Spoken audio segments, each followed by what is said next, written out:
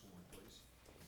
By whom? Do you swear or affirm that the testimony you are about to give will be the truth, the whole truth, and nothing but the truth, so help you God? I swear. Please have a seat and go up to the microphone. State your name, please. Spell your last. Jennifer Nichols, Nichols. Ms. Nichols, how many years have you prosecuted?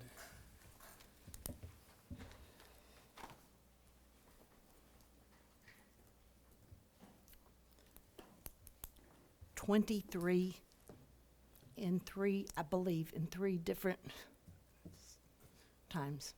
Okay. And you have been a circuit judge in Shelby and now in Sumner County? Correct. No, I was not a circuit, I was a criminal court judge in Shelby Hill. You were the lead prosecutor through the trial prosecuting Zach Adams, correct? I was. And fair to say this was one of your bigger cases in your career? I don't know that I would agree. You put it on your judicial application, Of correct? course, of course. How many cases did you put on your judicial application? A lot. How many? I don't remember. All right.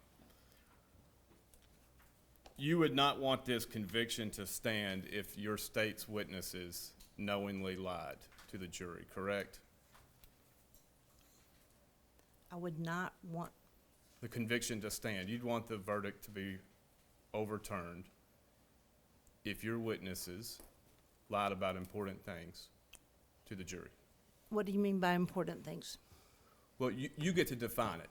If it's an important thing and they lied to the jury, do you want the conviction to stand? It depends on what you think is important. Well, if what you think is important It was false. It was all important to me. They were all? I said a lot, it was all important to me. Okay, good. So that distinction's irrelevant, correct? No, it's very relevant. I'll Okay. give you an example, Mr. Bates. If a witness Could the lied, court instruct the witness to answer the original question? she is. She's answered the question, and she's going to give an Fair. explanation. If a witness lied about something that was not material to the guilt or innocence of your client, then I would want the conviction to stand. If a witness lied about something that was material to the conviction of your client, then I would not. How much evidence did you present to the jury that was not material to the issue of guilt or innocence? I don't know, because I was not on the jury. You never know what they consider to be important. Is there anything that you presented that you did not think material and relevant to the issue of guilt or innocence? Yes. What? Oh, lots of things in context. Example, Holly Bobo's lunchbox and what was in it. What she was studying for that morning. Her cards, her study cards for pharmacy class that were found on the side of the road, we put them in. Was the fact that she was studying for a test that morning material? No. Did it add context and let the jury know what she was doing that morning before she was abducted? Yes. Fair enough. The fact that Dana Bobo put $20 on the counter beside her purse that morning, was it material to her, to the conviction of your client? No. There were lots of things like that. You would not want this conviction to stand if you knowingly misled the jury on material issues, correct? I would never mislead the jury on material issues. If TBI coerced witnesses to say things that were not true, you would not want this conviction to stand, correct? That didn't happen that I know of. If it did, you would not want it to stand. Coerced who to say what? Material witnesses to say material things regarding the guilt or innocence of Zach Adams. Correct. All right, when you came in the case, When did you come in?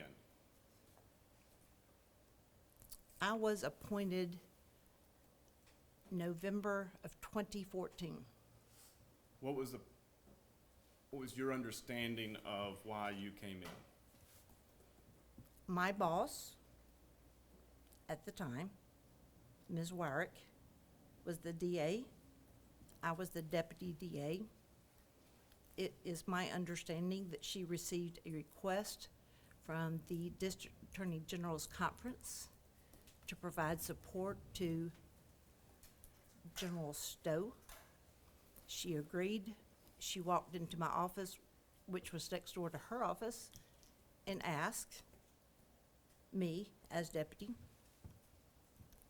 who do you want to put on this? At the time, and you accepted the appointment. I said, I'll do it. At the time, who was Jason Autry's lawyers? I don't remember. Whether it's Herbison, Herbison. I'm sorry. John Herbison, Fletcher Long, I think they were on it then. all right? And both of them were disbarred. Were they? You remember them coming off the case? I don't remember them coming off the case because they were disbarred. I honestly don't. Okay. I know they came off the case. And did you have any communications with anyone assisting the appointment of Jason Autry, an attorney? Did I have any conversations with anyone Correct. about? The appointment of attorneys Oh, for, of course.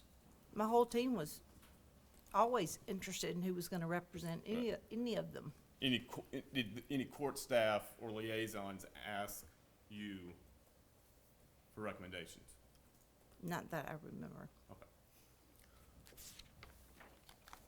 You came in November 2014. Had the death penalty been requested yet?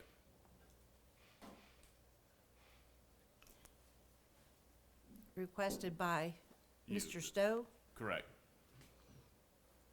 I don't know if he had or not.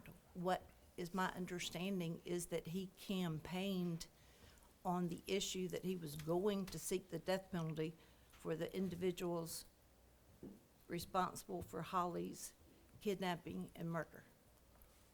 Had he filed that yet? I don't know. You then did. I did. What's the Actually, process? I don't know that I did or whether it's Ms. Wyrick, because we did not, as her assistants, you had to have permission of the DA. Okay. I don't know who signed it. What was the process that you had to do What I just said. in court? You have to file. You have to go to the grand jury, or you just file a notice. You don't file it with the grand jury. Okay. When did you file that? I don't remember. How soon after your appointment? I do not remember. Months, weeks? Mr. Bates, I don't remember. Okay. If I did, I would give you the date. Fair I'm enough. sure it's in the file.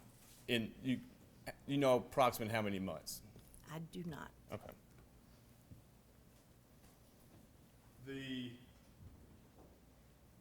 What analysis did you do in determining your intent to kill Dylan, Jason, and Zach by operation of the death penalty? My intention to kill them, The processes, end result was they would be put to death, correct? you're familiar with the factors that one has to look at to see whether or not a particular homicide even qualifies. My question is, Okay, are you familiar with that? I'm Because not on the stand right now. I understand. My question is, what did you do? Okay. Don't tell me, I know the law. Okay, that's all I asked. But- So that's what I did. I looked at the law, I went through the factors, I looked, and don't ask me which ones, because I don't have it in front of me, whichever ones I found applied, and then I presented that to my boss. What analysis of the facts did you do? I can't tell you the analysis of all the facts I looked at. What you look at are the facts that determine whether or not a crime qualifies based on those factors. And so to determine whether those factors apply, you would have had to look at the facts of the case relative to each of those factors. Did you, prior to filing the notice, review the September 2014 interview of Dylan Adams by Jeff Jackson and Brent Booth? I don't remember the date that I filed the notice, therefore I can't say for sure. But what I can tell you is I reviewed that interview early on. Okay. What were your impressions of that video? My impressions? Yes,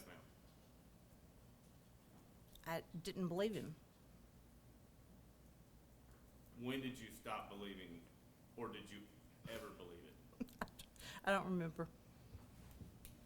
I don't remember what information I had at the time I reviewed his video. I don't remember what I had or what point in time I got that information. What all led you to not believe the video?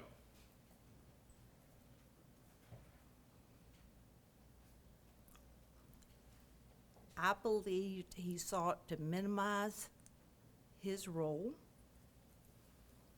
by claiming he was forced to do certain things and he didn't want it, and he didn't know what happened before and didn't know what happened afterwards, and just sort of happened upon the events. What's the importance of minimizing your role? Why did that jump out at you? You asked me why I didn't believe him, and I'm telling you what I didn't, that's part of why I didn't believe him. What effect, in your experience, does minimizing your role have in a so-called confession? Well, I would never, if it was so-called, it sort of changes everything about how you would analyze it. Are you talking about Dylan Adams? Yes, ma'am. Okay. Let's start here. He admitted to raping. He says he raped her, correct? Correct. All right. He talked about a night of planning the evening before. I believe so. Mr. Bates, it's been 8 or 10 years since I've looked at that. Okay. It's been a long time.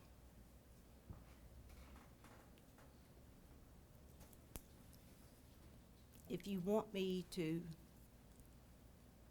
answer those questions, I would be happy to review it.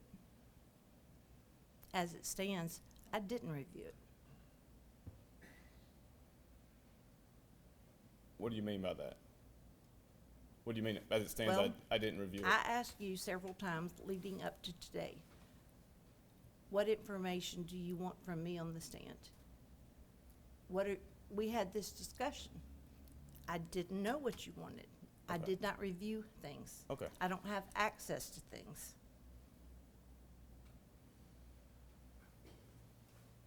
Did you ever believe Dylan Adams' video was going to be used as evidence in this case? Against which defendant? Any?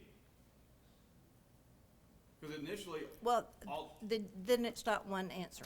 all right. I'm not, I mean, that's 3 different questions. We had 3 different defendants plus another suspect.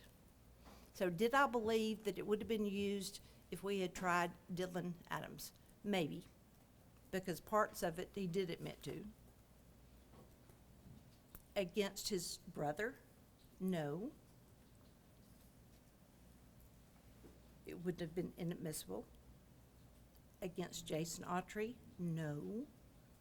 The co-defendant would have been inadmissible.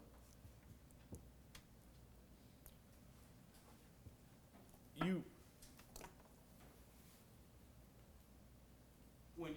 don't know when you filed the notice of death penalty if you believed or disbelieved the truthfulness of Dylan's statement.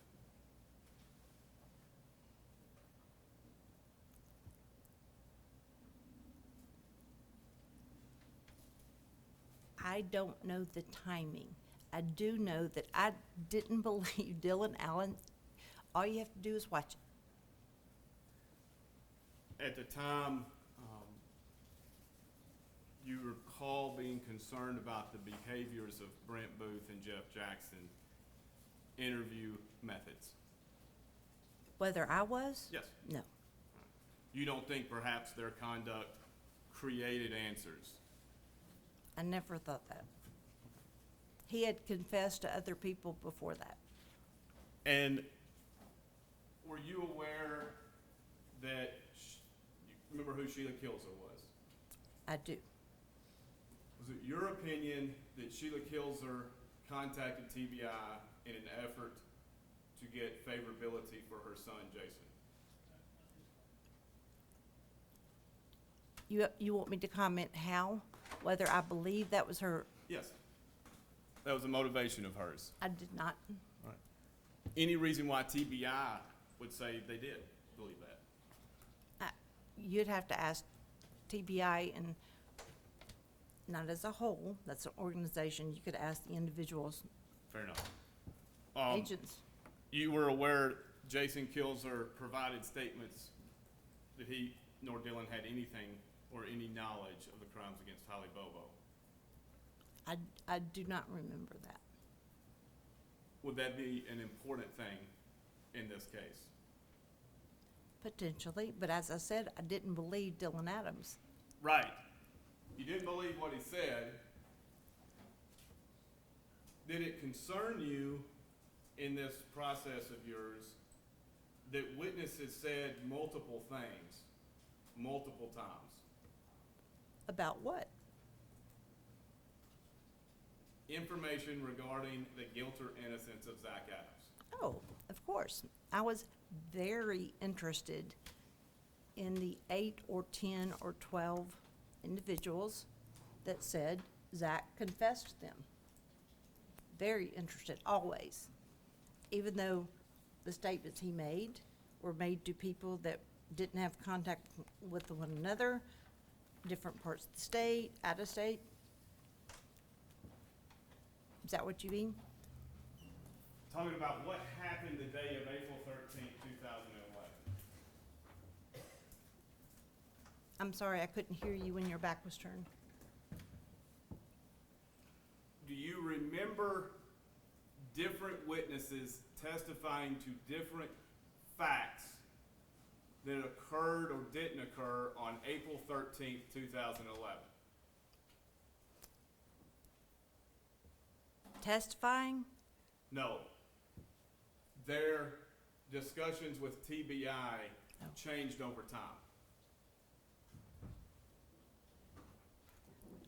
I do not remember what individuals said or how necessarily. If you gave me a name in particular, I might can. Victor Dinsmore. Okay. Do you remember his statements changing over time? Yes or no?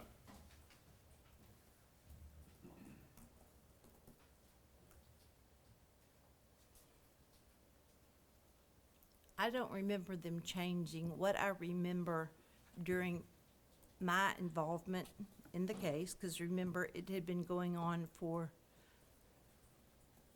over 3.5 years when I got on it. I remember Mr. Dinsmore adding or recalling a different, additional information. So not necessarily changing not necessarily changing what he had said, but recalling more or being willing to tell us more. All right. Do you remember listening to Victor Dinsmore and Dennis Benjamin talk about a gun purchased from Shane Austin? No. Okay. Are you aware the first gun Victor Dinsmore said, and the only gun he says he purchased from Shane Austin, was a .22 long rifle? I'm not aware of that being the only gun that, well, Could have been the only one he purchased. Maybe the second one he got from Shane and he traded it, maybe for some drugs, if I remember correctly. Do you remember the first gun discussed, Victor No. Dinsmore had any connection with Shane Austin? No, You don't remember it was a .22 long rifle? no, Did you listen to Victor Dinsmore's recorded conversations with Dennis Benjamin? not that I recall Okay. today. I'm not saying I didn't. I don't remember. Do you remember in the IRs where it was discussed that the possible murder weapon could have been a .22? A rifle? Yes, Mr. Bates, I don't remember. ma'am. Okay. Are you talking before or after? I'm trying to, before or after Holly's remains were found with a bullet hole through the back of her skull? Because at that point in time, we had information about what would have caused that type of defect. Which is important if somebody's sharing this information with witnesses, isn't it? What information? The size of the defect. Important if you are sharing it with an expert? No, with a potential testifying witness. I guess it depends on who the witness would be. I mean, is it somebody that's gonna be asked to comment on that? Did you listen to Brent Booth interview Victor Dinsmore in May of 2017? Yes. What weapon did Victor Dinsmore say he got from Shane Austin then? I don't remember, Okay. but I know that I heard that interview. Now, at this time, in May of 2017, you were present when Jason Autry provided a proffer statement that says the vehicle used was a white Nissan, correct? You're referring to a whiteboard behind you. I can't see that if I'm supposed to. So, Witness can be passed Exhibit 15. I don't have my readers. We need to take a break for you to get your readers. Is my purse back there? If somebody will retrieve some readers. Please pass those up. Let's give the witness 15.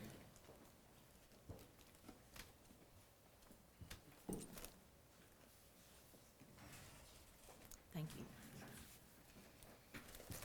right. Yes.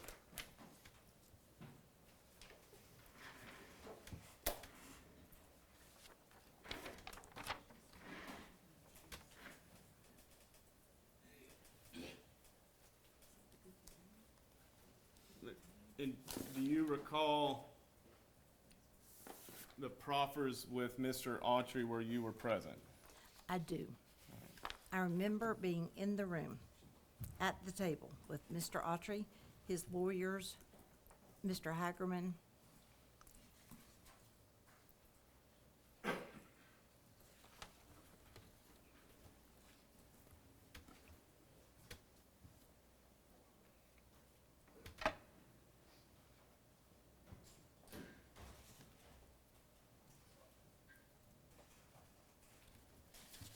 Do you recall Mr. Autry saying that Mr. Adams transported Miss Bobo in a white Nissan and then hid it at Victor Dinsmore's property?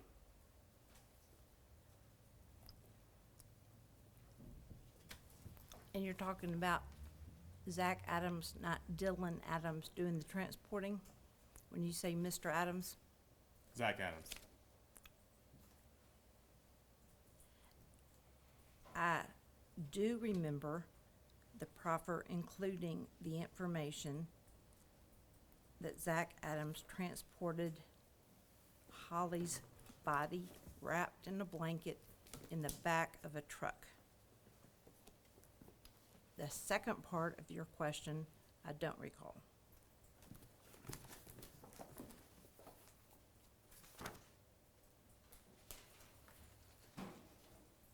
Do you recall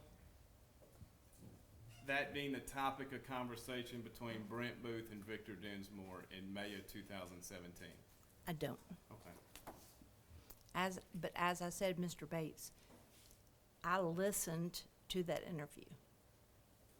You just don't recall it? That's All right. We'll have a fellowship of listening. May I have some water? Yes.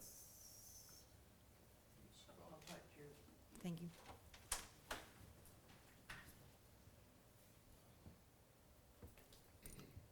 May 18th, 2017.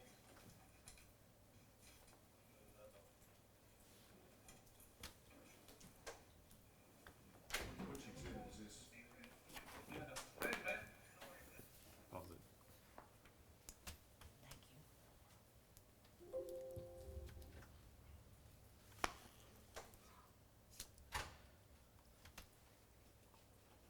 Exhibit 62, Your Honor.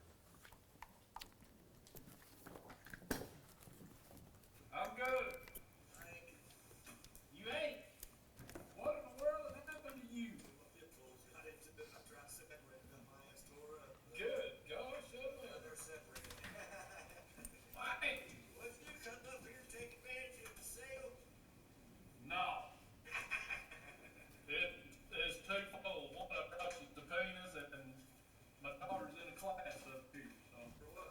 Nursing. Yeah. She's down the road here at a nursing school, getting some extra training. So it's kind of a twofold trip. Oh, much is it ever? And good gosh. You wouldn't think that looking around here. Really?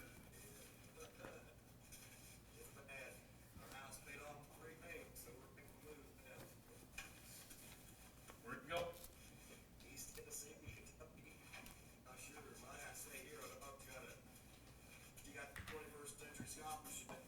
Yep. Okay. Okay. Heard you won Sandy. The 10th of July. Let me tell you, I've got your phone number, and we'll call you when. I'll call you before and let you know exactly when to come. Y'all got a minute? Been some developments. Let's talk to you. Can you come on over here? Sit down. Yeah. Yep.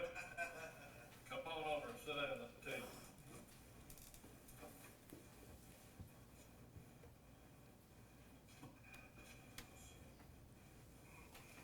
Well, get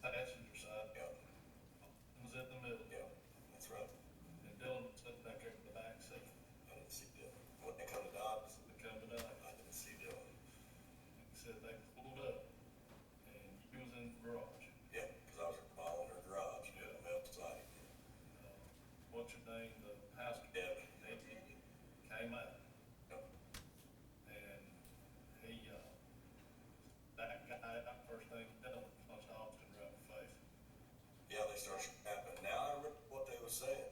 They were fighting over who was gonna hit that little bitch first when they got back. That's what they were saying, and so that was Holly. He says that, yeah, he says the fight started actually at the end of the driveway down there before they ever left Adams Lane. Almost, they was into it by, when they got there, they was already into it. Oh, yeah, they was already into it. That over her. Yeah, it was over that, over what had happened, and what was, And then they take her cause drugs, I thought, part of that. when I got to know Zach, I figured after this happened, they took her cause she turned him down, buddy. Well, You know what I'm saying? And when he asked her how, she said, no, and that was it. He said, that's just how I thought he was at the end when I got to know him a little bit better. he says that also Zach had taken his truck and put it in your garage, and that he had told you, or he had seen you when he brought it over there. And he saw you when he put the truck in the garage. And I know the truck was there, I know it wasn't there, cause we pulled recordings and pulled tapes from 911, and Dick says that the truck, he didn't have his truck that afternoon. That he had taken that to That wasn't our house, your but garage. no, but Could he have done that, and you not know? It ain't gonna matter. No, I need to nail this down, because I remember. this is what's gonna be He testified. borrowed the brown truck Yeah. and had me drive his old truck, and I looked at Vic and I said, I'm not driving that truck, it's hard to tell what he has in that truck. I want the brown truck back. yeah, he just borrowed my brown truck so he could go up to Decaturville. That's the only time he left his truck at my house. That, No, that wasn't that day. So, no. now I know he didn't hide the damn thing in my pole barn. Now he might have parked it out the side, you know, behind my pole barn and let it there for a minute, but I don't remember that day, buddy. Listen, Go ahead. According to him, according to what we got from Dick, that's Now, which where truck he are you hid talking about? a little white front picture. he told me the day that he had put the brown truck while you guys were doing that, because he had his truck in Caterville that Yeah, when yeah. cuts of that thing happened See, next. they're telling you something that ain't right there. That white truck was the board of my house. I can tell you if it They was. said they hid it in Caterville because that stuff Natchez Trades Park. Yeah, that's right. So, but now the gun, We never did find isn't, I know, she come to after about a week getting back, and she remembered that she went and she leaned over and stepped in the water because she didn't want her damn fingerprints on it, Brent. So it's in the water right there alongside, and then it went too far. That water don't rush like, you know, a creek, big creek. Okay. So I was gonna call you, tell you I was gonna bring my metal detector if you come, and I can down look for something, but I don't be down there messing with the local county cops, I just don't, Brent, okay? that. So- We'll They don't like me, you know what I'm saying, I know. find it again. So, but it's, and she thinks that it was right there, the first big pull off. She got off and leaned over, she said, and put it down in the water and covered it up with some leaves and stuff, so there wouldn't, no fingerprint would be on it. I believe it, I believe that, so. All right, so we needed to get the water. It's in the water, and I know a handgun's not gonna go far with it, but they might have tumbled one or two times and it's stuck, it's there, so. And that tells me that nobody found it, you know, riding a four-wheeler or nothing down through there. So it's there, it's in the water somewhere, so. We dug both sides of that road. I figured you got the material. Different. Yeah, it's totally different. It was higher, so the road was wider. That's 5-6 years time, so. Yeah. But I don't remember them storing that truck at my house. Okay. I do remember him using my truck and leaving his white truck here, but it wasn't inside, it was sitting outside. Yeah, and the Because reason I why have was both, because you of know. the stuff Natchez Trades. They kept the, what he We did over didn't in know Manchester. about that Yeah. ever yet. Well, you Well, know, supposedly, that's what he says, what's gonna be testified to. They had to move around to get it in there. And that he saw you when he was putting it in there, and you knew you saw him putting it in there. You didn't know nothing. Ain't nothing wrong with it, I'm just trying to nail it down. You wouldn't have thought nothing about him putting it in there. I I mean, thought he I thought he might have now, Brent, down. well, You know, I was doing a lot of dope back then, okay, and I mean meth and stuff, so, but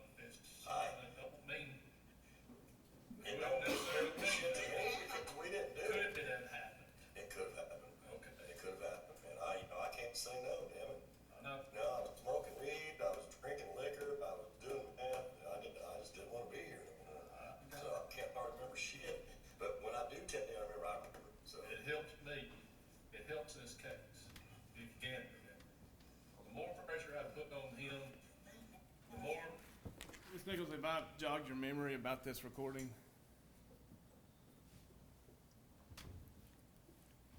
I would like to say yes, but I don't, without listening to it, I don't remember, what was said. So this is helpful if you want to ask questions about what was in it. All right, we'll keep playing. Yeah. Or y'all can remember, the more it helped to push this damn case to where maybe a plea. That's what I'm saying. They, if they have a plea, Are they chancing to get out? no. You don't know what a damn jury's gonna do, but I gotta know. It's got the more details that I can nail down, the better I am. No, he ain't getting out. He may have. I think maybe he did, damn it. The same day they took Holly. Yep. Yep, would've been probably around lunchtime, maybe a little later. And I thought he was real sick then too, Yeah, so. could I have He'd been out of the You hospital. were in, I bet you, my God, it probably did happen, because that's when that's when he kinda had a free run on my property. Yep. You know, I trusted him a little bit, so Yeah, we thought he was just a good old boy. little country boy, like guns and shit like that, but, Yep, okay, yeah, that could've happened. yeah, that, He could've. yeah, let's just, yeah, It did. yeah, yeah, let's say that. Cause I'm starting to think now, I really boat, because that's what I went to whoop that one lady's at, guys, that's over in her bed, my boat wasn't in there. And Holly got taken, I was there, yeah, you know what, by God, he might have. So where was But Holly what- when they came to dock him? They already killed her. She remembers, They had already killed her and dumped the body. That's why they needed to hide the truck. Still have the lead back there. that son of a bitch. Yeah, if that's neat, but the other day I had a truck here. And the wheels they had to take off. Is that the one you borrowed the brown truck then? Probably is. Now, the more I'm thinking about it, that's the timing where I was off. He would've borrowed brown, he would've got your brown truck out. And then I had to drive his old black truck and it made me very upset. And I told him, no, I'm not And I driving remember that this. issue, but Because I looked at the graphics and I'm not getting caught with somebody else's shit. Was it the black truck? that was the black That truck. was the black truck he had me. Yeah, that's what I'm talking about. The black truck was at my house. The white truck, I don't remember ever parked in my house. I'm talking about the black truck, I definitely remember being at my house, sitting right outside my house. But the white truck, I don't remember, so. But it might have, man, okay? It might have, so, Here's one other thing I've got to know. okay. And you got that letter from me, you don't know if you're not in trouble or nothing. Oh, and Brent's trying to help me. I gotta ask you a hard question. Go ahead. I'm not gonna like it, Go ahead. but I gotta know. Were they getting morphine from you? At first, yeah, they were getting some pills, morphine off me. That's what I need to know. Yeah, yeah. Did they get some that morning from Donnie's when they came over there? No, Sure. That's what's gonna be testified to. He got it But that that's fine. Aldrich says that he couldn't get them from you because you didn't trust him. But he gave his money to Zach, and Zach bought morphine from you that afternoon. he might have. you know, He might have. I had a buddy down there, like a buddy that had morphine, Okay? and I would get them off him for cheap price. None of those would make me a little bit of money, you know what I'm saying? Yep. They might have cut some. I know they want smoking joints. he was still in the green, he's right. Yeah. He died of Right. liquid. He had bottles. Well,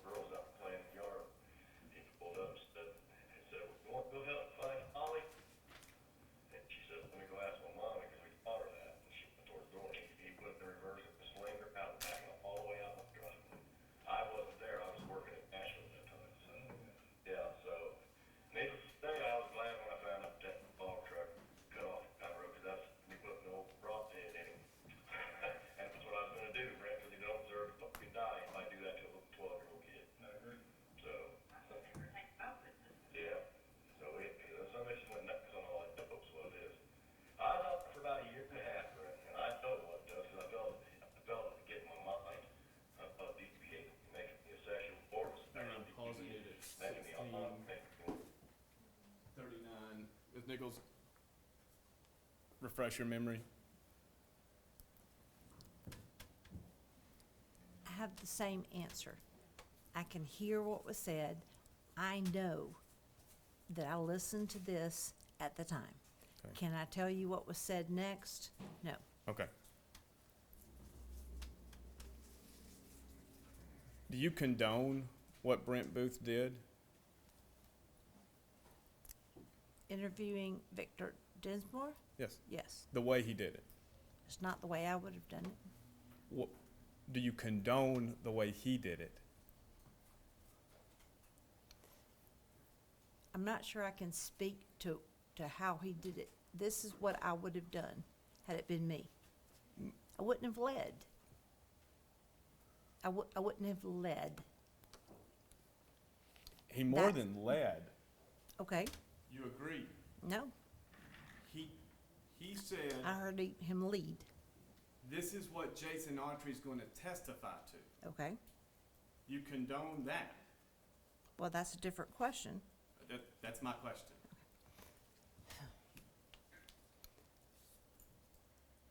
I don't know that whether I condone it or not. I understand that he was trying to get information, understand that he was trying to trigger Mr. Dinsmore's memory, a person who admittedly was on about every kind of drug you can be on, and much as what's happening to me today, when somebody tells you things, like you're telling me certain things, trying to trigger my memory. That's kind of the way I look at the way Mr. Booth was. But remember this, I had already interviewed Mr. Dinsmore. So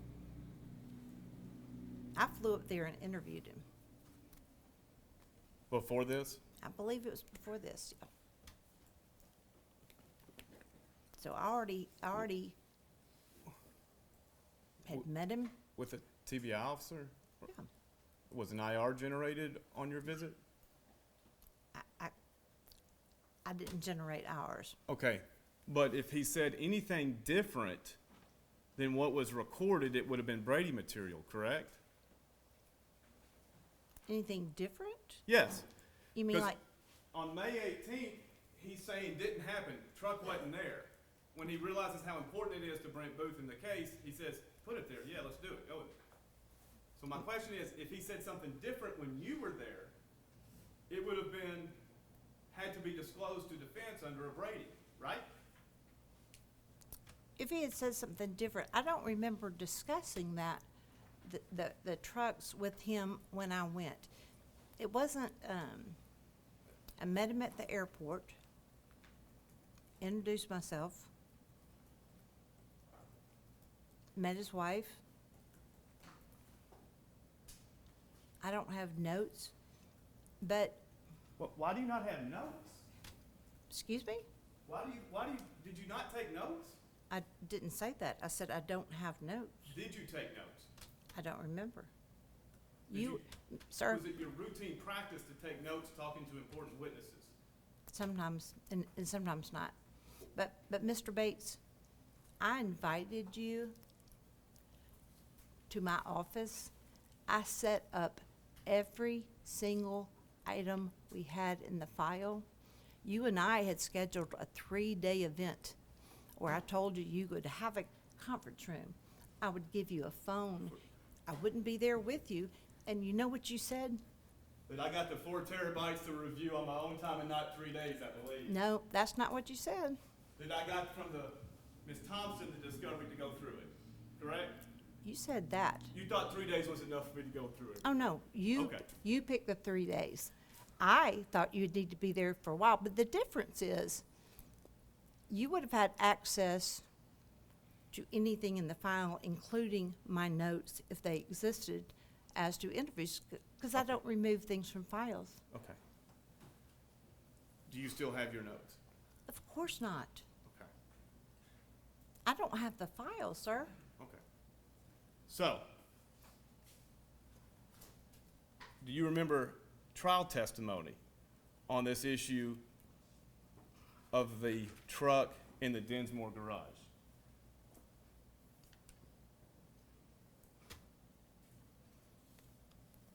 Perhaps. All right. I don't remember, I don't know if I remember exactly what you want to ask, but I have I a- was there in the trial. I have a transcript for the court and for the witness, Your Okay. Honor.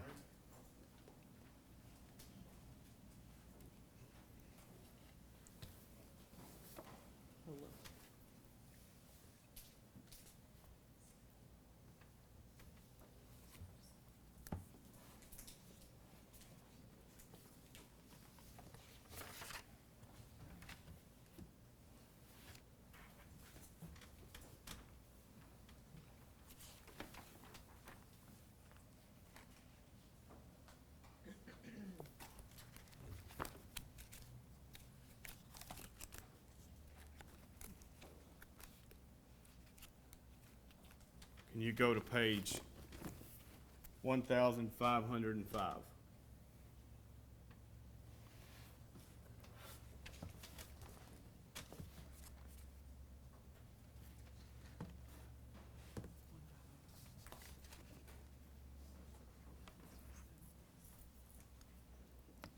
$1,000 what? 505. Oh, my.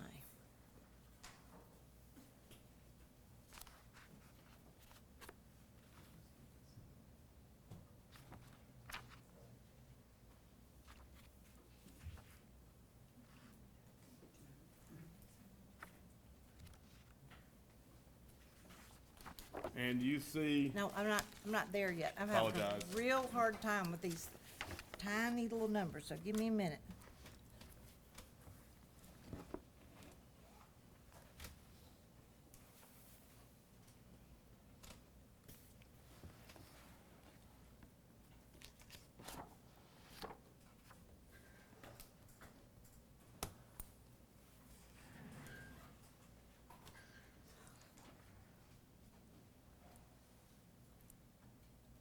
Mr. Bates, can you come up here, please, sir, if the court lets me. and help me find the page? Because I cannot read these little numbers. Yes, Mr. Bates, I can't read them. I'll have I think I'm in the 1/5s. but-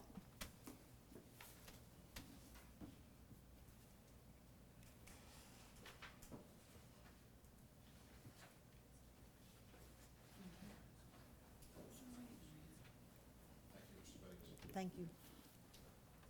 Sir? All right, 1505, and you see, Okay, you are tell me, sir, which square on these two pages? Bottom. Left page, right page? the bottom left. All right, bottom Yes. on the left page. Yes, ma'am. Okay, I got it. First question, line 2. You're asking Victor Dinsmore, do you remember getting a morphine pill or Zach buying a morphine pill or Shane buying one for Audrey while they were there? No, not there. This fight, how much of a fight was it? Jumping around basically, swung at each other a couple times. I think Zach hit Shane, about blacked his eye. That's about all there was. And I went out, told them they couldn't do it, they had to go. So, you said that they pulled up in Zach's, no, Dylan's truck. Answer, Dylan's Chevy. What color was that truck? Black. And while they're on the property, did Zach make statements to you about speaking to your wife or going to your wife's house and putting a car in a shop? No. Question, he did not say anything? No. When you asked that question, did you expect the answer to be yes? I have no idea what I expected the answer to be. You had Jason Autry's proffer that said the truck was hid there, right? Well, I do not recall everything about the proffer. I can tell you the things that stood out from the proffer. It's not my habit, never has been, to take notes during a proffer. What you just said earlier, that sometimes you do take notes, sometimes you don't. Right. Which is it? You take notes or you don't? Or is it just in your proffer? What I said was it is not my habit to take notes in a proffer, Okay. which is not, that's different than a witness interview. Well, Victor Dinsmore had an immunity agreement, correct? He did. Jason Autry had an immunity agreement. He did. Both of them gave you what they were, all the purpose of the statements were to go over what their testimony would be. No. The purpose of the statements was to tell us the truth. Oh, And whether or not it became testimony or not wasn't decided at that point. okay.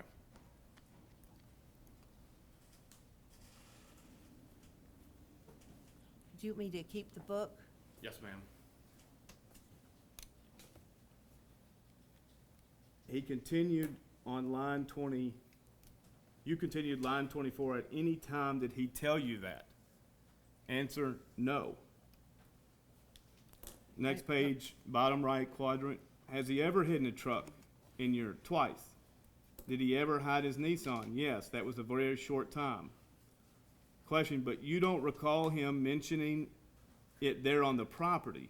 Answer, no, I don't remember him saying anything there. I was trying to get them out of there before Mr. and Miss Doug or Dottie showed up.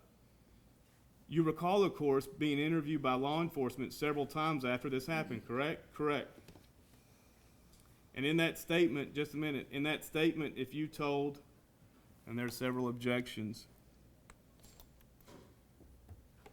and then it continues on 1507. My question is, did you make this statement or TBI Trout that Zach hid his grandfather's white Nissan post-abduction? Answer, yes. What was your understanding of the time of that post-abduction hiding? I'm trying to catch up with you. Just go to the bottom right and then pick back up to the top left on 1507. And while you're reading that, if the witness can be passed Exhibit 112. All right, I found the question. So my question is, did you make the statement to TPI Agent Trout that Zach hid his grandfather's white Nissan? Yes. Is it? Okay, what was your question?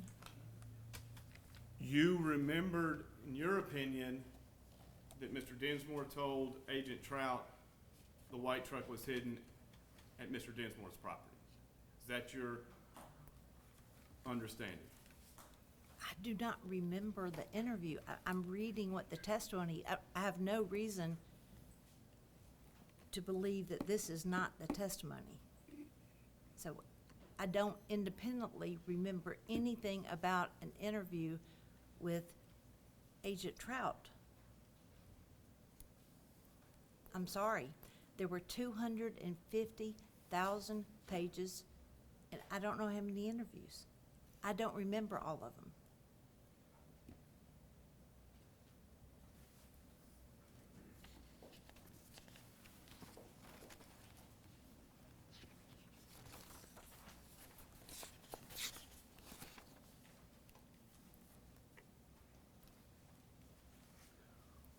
Do you remember when Ms. Thompson was trying to bring up this recording of Mr. Booth that you... There. Do you want me to look at what was just passed or the Well, I'll book? tell you what, before I get to that, can you look at IR 112? I'm sorry, Exhibit 112. It was just passed to you by the officer. All right, the witness has Exhibit 112.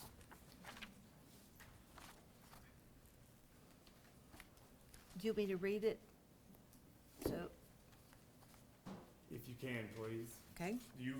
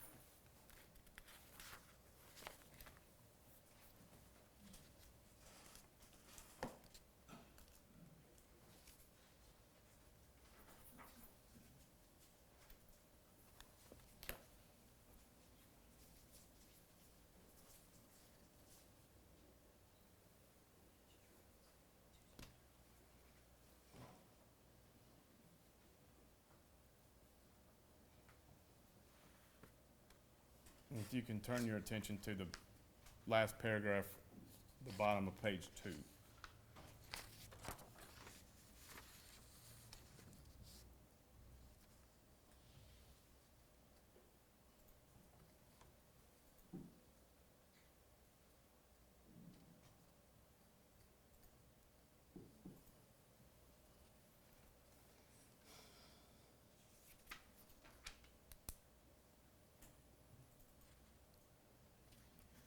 I've read the last paragraph of page 2.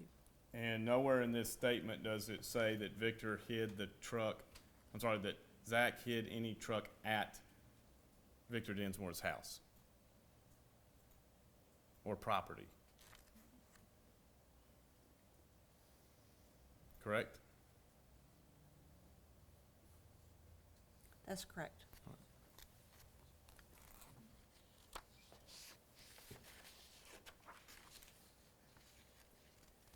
Do you, and you can now go to page 1537.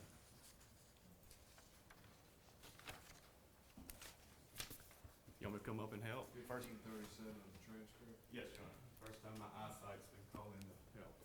Is it? I could read the language, but I can't say the numbers.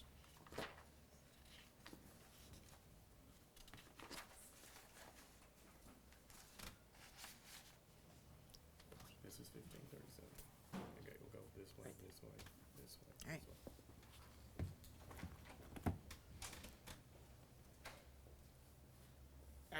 At the trial, did you think the recorded conversation with Brent Booth and Victor Densmore was damaging to the prosecution? At the trial, Yes, ma'am. did I think that? Was it played? It wasn't. But did you think it was damaging if it would have been? Not particularly. Okay. Then why did you object repeatedly to it coming up? Because the witness was on the stand. Unless there is, the witness was there. The witness is there to ask himself. We didn't go back and play all of these recorded statements and introduce all the written statements at trial. Bottom of page 1542, middle of page, the far right bottom. Got it? Question, when did you and your wife talk about the fact that the white Nissan truck was parked in your shop? Answer, before Brent came up. Question, before Brent? Answer, yeah. Now, as we're sitting there, we've listened to Victor Densmore and Brent Booth, and now we've read the transcript. You admit Victor Densmore lied when he said he remembered it before. No, I can't. Which trip is you talking about before Brent came up? Brent was there several times. This is the last time he's up. May 18th and May 19th, 2017. From 1536, the discussion comes up. You met him in a parking lot, the sporting goods store, yes. You actually got in his car, your wife got in the car, you were talking to him, yes. So at that point, this special agent, Brent Booth with TBI, isn't it? Yes. At that point, he proceeded to tell you what? General Nichols, Your Honor, I'm going to object what Brent Booth proceeded to tell. Ms. Thompson said, I'm not going to say what he said, I'm going to just, and you said, she literally just said at the same time Brent Booth proceeded to tell you. If there's a question, the court said, all right, make your question, be aware of the hearsay objection. So we're talking about the sporting goods store parking lot. Is that where they met The first time, on May the 18th. first time? Of the May visits. The May night, the next day was in the house. Okay. And the question was, You asked me if I thought if he was lying. I don't know. well, I mean, isn't that your job? You had Victor Densmore under subpoena, correct? We did. All right. You I, pres- I don't know. I honestly am confused by jumping around from trouts to trial testimony to you having me listen to a recorded conversation. I don't know when he said what, Ms. so I'm Nichols, you sorry. don't have to worry about being confused. The court's gonna make No. decisions. No, My I do have to question worry, is- I do have to worry about being confused. All right, my question is, Mr. Dinsmore said before Brent Booth came up, the May 18th, 2017, I remembered the white truck being hit at my place.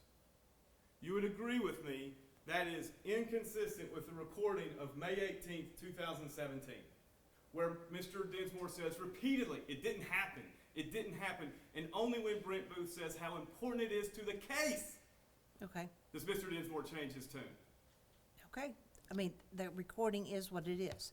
The testimony is what it is. And I'm asking you, is it inconsistent? The way you put it, it sounds to be. And did you know it was inconsistent when you let it go unfixed? I would never put someone on the stand and suborn perjury. Have I seen many times witnesses be inconsistent? Yes. Of You made those it- times, how many times? If she could finish her answer, Your Honor. Let's let her finish the answer, Mr. Bates. This witness, it should be clear to all that have heard that recording. He remembers more, he'll say no, and somebody will confront him with something, and he'll go back and say maybe, and I'll give you an example, the drugs. He's a felon. He's not wanting to admit that he sold or traded drugs. He did.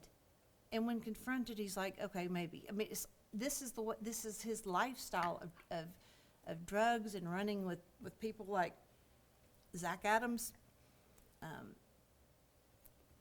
I would be shocked if there were not inconsistencies.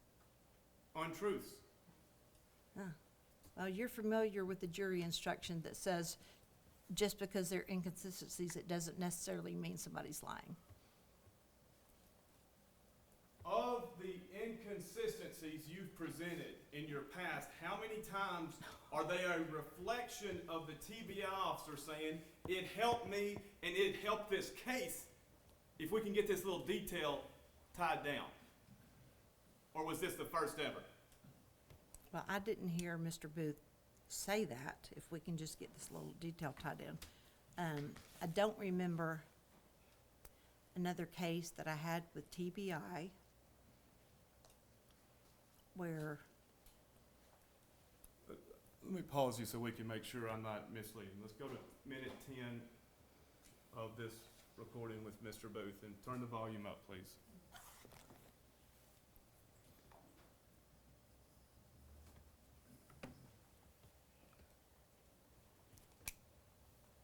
And don't make them, It you don't don't necessarily it should mean be, because we didn't do that it. it didn't happen.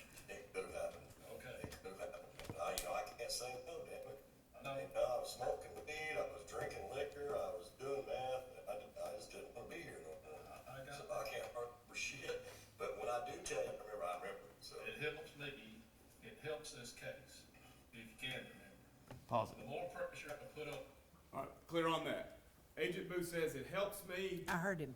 it helps this case. If he can nail this down. Now, how many times have you had a TBI or law enforcement officer change what would be an inconsistency in their testimony to make it consistent with two witnesses in your career? I have no idea. That many. I didn't say it was a lot or a few. I said, Take your time, it's important. How many? I said, I have no idea. Does it concern you that what you presented to the jury was the result of TBI telling witnesses what would help get a conviction? You and I listened to that differently. Tell me how you listen to it. I listened to it as Brent Booth having just apparently, because I used the words rolled, Autry rolled, I think it towards the beginning of this audio. Brent Booth armed with information that filled in a lot of holes, and he is going back and re-interviewing people to see whether or not if they too are armed with additional information, if it jogs their memory or if it doesn't. I know him. I mean, Brent Booth wanted to get at the truth. I worked with him for years. I saw him at work. I never saw one time where Mr. Booth tried to have someone lie or that he covered things up. And Mr. Bates, he came back and immediately turned this audio over. He wasn't trying to, So we now have full memory of it. no. Well, how do you remember him turning it over? Because I do remember that, and I answered your question the first time. When I don't remember other things, I remember this. I remember him coming back. I remember him going up there, and I think he went on a motorcycle. I don't know why I remember that, but I do. And I know that I heard it, which means it was turned over to me, and it was turned over to the defense. Because that's what we did with every piece of evidence. We turned it over.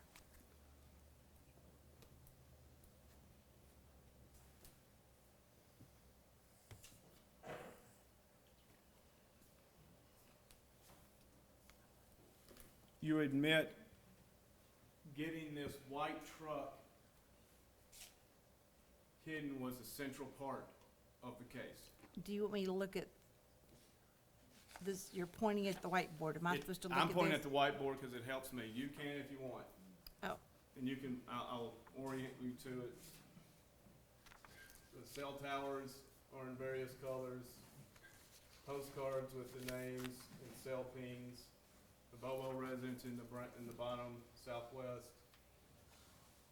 Highway Mr. Banks is 641. referring to exhibit 15. Go ahead.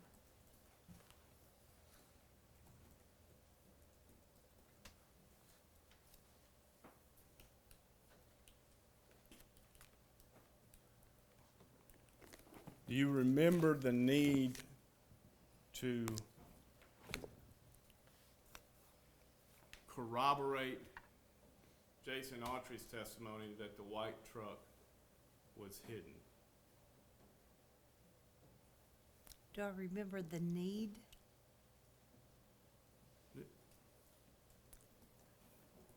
That characterization doesn't,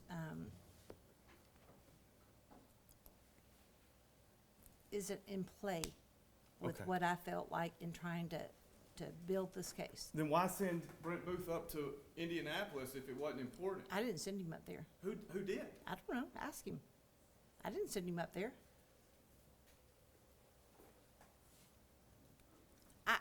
I didn't direct TVI, go here, go here. They helped me. They took me places. I think he was going up there anyway, Did he is talk what he with you? said. He said something about his daughter, class. I heard that in the,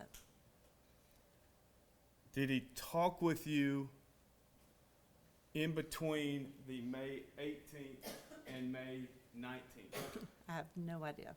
Do you remember saying, we need to clean this up? No. Do you remember saying, or anyone on the prosecution saying, it seems like you might have put words in his mouth? I do not remember saying that. I don't know whether someone else said it. If I had the discussion with him, it wouldn't surprise me that somebody thought that. I said he led, and that's basically the same thing. He wasn't asking open-ended questions.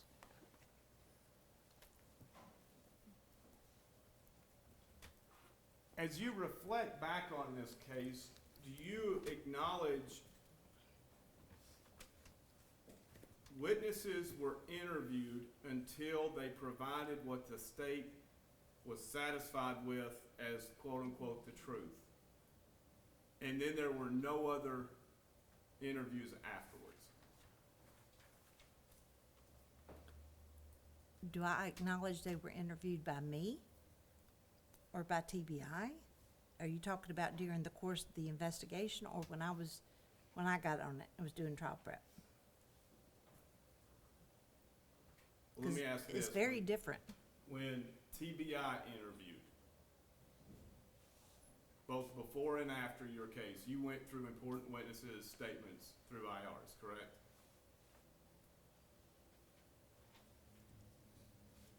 I did my best to read as many IRs as I could. And you're aware, like, Jason Kilzer gave one statement, a year later he gives another when he's incarcerated. I don't remember today. I would have been aware at the time. Victor Dinsmore gave multiple statements, correct?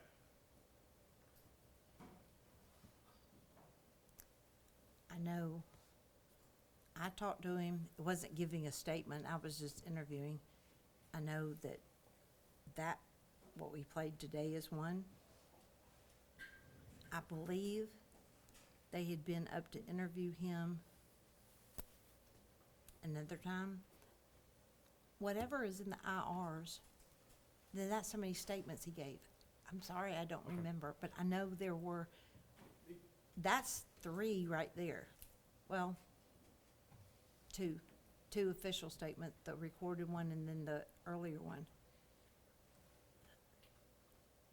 So yes, that's multiple. Does it create alarm flags in you on a case largely built on what people say, what people said? Okay. That pressure was put by law enforcement, and after pressure was applied, statements became exactly what law enforcement wanted. That's not my experience here. In this case, it's not your experience. No. This Brent Booth is just a one-off. Or you say it's not even Victor Dinsmore, in your opinion, didn't change his testimony because of any pressure Brent Booth applied. Yeah, I didn't consider it pressure. What do you consider? I considered it him trying to jog his memory. And had I been doing the interview after hearing the proffer, I would not have led. See, I don't know, we're at a decent stopping point, or I can keep going. Let's go ahead and take a break. You're not done though. I'm not done, no, yeah. All right. Judge Nichols. Admonitions. The only person I spoke to was my daughter, but there's a woman out here that was very upset to find me. Do we need to take this up, James? No, sir, I'm just telling you, she was upset thinking I was with the public. And so I didn't say anything, but Okay. the only person I spoke to was the one you told me I could. Thank you, Judge. You're reminded you're still on the, Mr. Bates? Thank you. Ms. Nichols, you gave the closing argument, the second part of the closing argument in the Zach Adams case. Yes, And you agree with me, closing arguments are important to connect the evidence that the prosecution thinks it's proven. that is certainly the goal. Okay? Are we done with the transcript? No, Your Honor. Okay. It is important for you to present to the jury evidence that you think is true, Of course. and you would agree it's misconduct to state evidence that's not true, if you know it, Right. or if you should know it. Well, that's 2 different things. But if you should know it. Well, if you know it, yes. If you should know it, I would say it would be subjective. Fair. And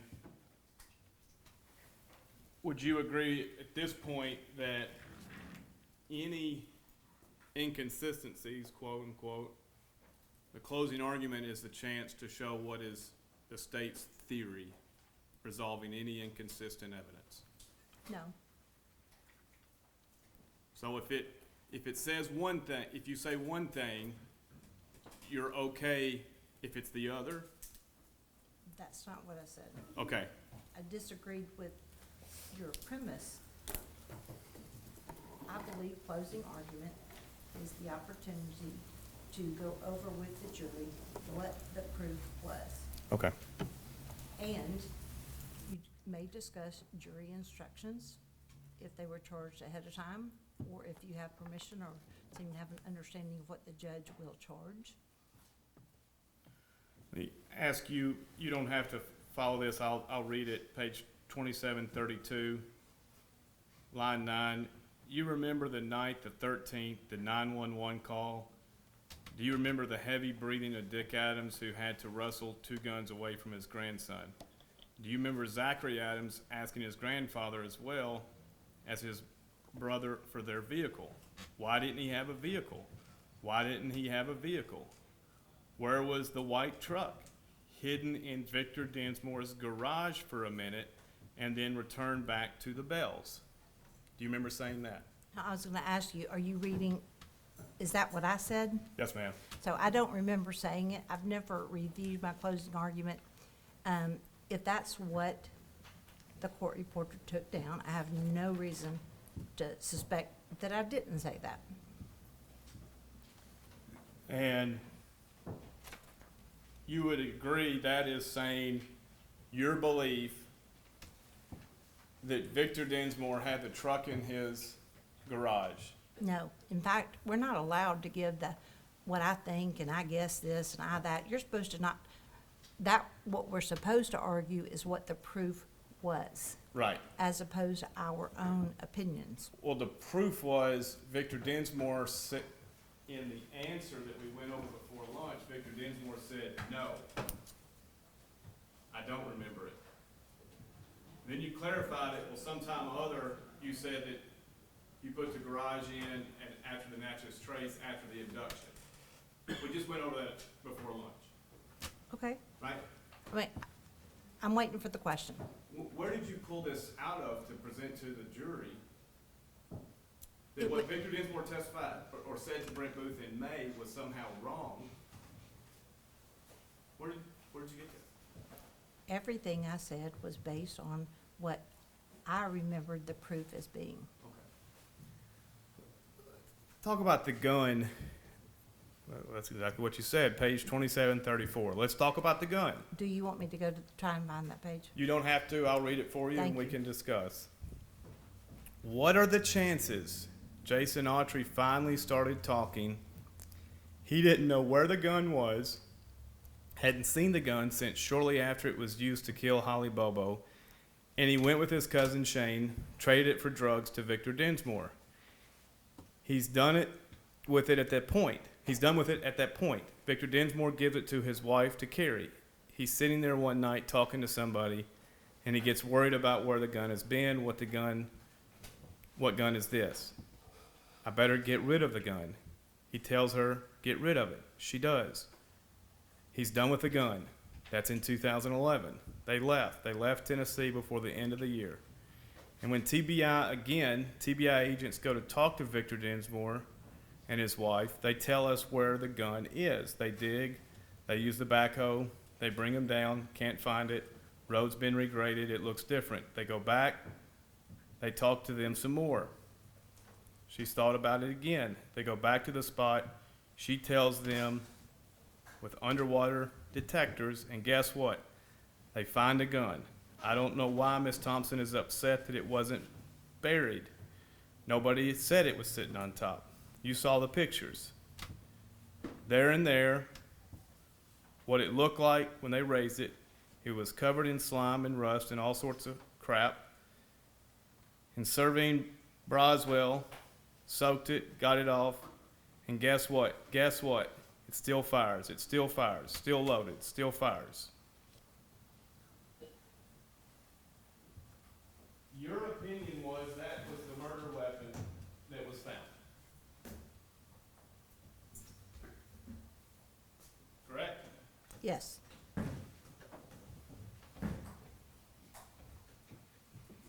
remember the various statements regarding various weapons that were used, possibly used? No, you asked me earlier about a long gun or something, I don't remember. I'm gonna hand you IR 1929 and a copy to the court. Can you Changes identify? to its entry. No, sir. IR 1929 will be marked exhibit. Or 120. 120. Go ahead, Mr. Bates.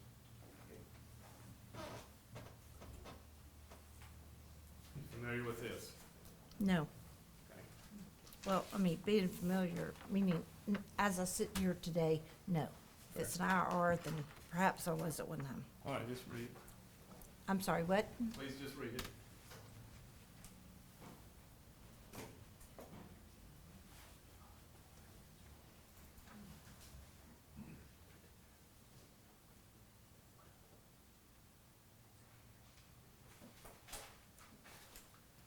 Okay, All right. So we have in January of 2014, it's a .22 rifle that may have been used. You see that?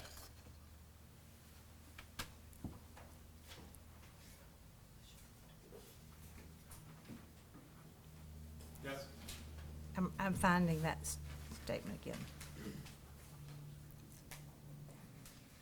I see where this person reported that that person told her that her husband bought a .22 rifle that may have been used in the Bobo case. And are you familiar with the Victor Dinsmore, Dennis Benjamin conversation in February of 2014? Victor Dinsmore says the only two guns related to Shane Austin are a .22 rifle and a .22 pistol. No. Okay. Do And you ever and- remember listening to that conversation?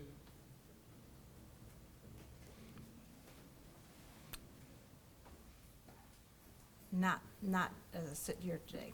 Not You sec- remember listening to the conversation where Victor Dinsmore was threatened by Dennis Benjamin in March of 2014? I do not remember. Okay. If Dennis Benjamin was threatening the death penalty on Victor Dinsmore, would that be important as a prosecutor relying on these witnesses? If a non-prosecutor was threatening someone else with the death penalty, Yes, ma'am. that's what your investigator did to one of the witnesses, threatened arrest and prosecution.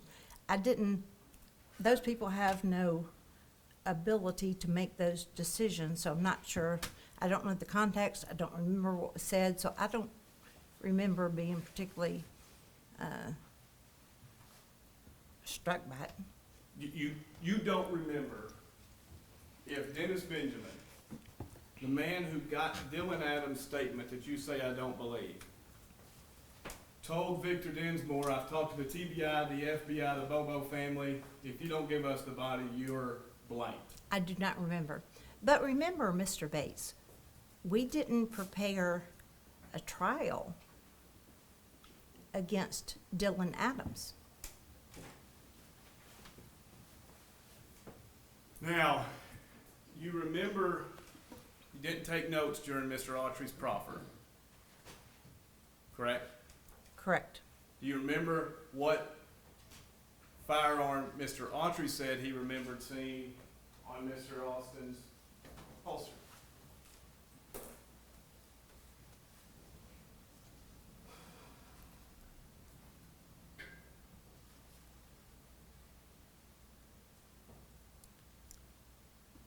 I am guessing, so take this and give it what weight you want to.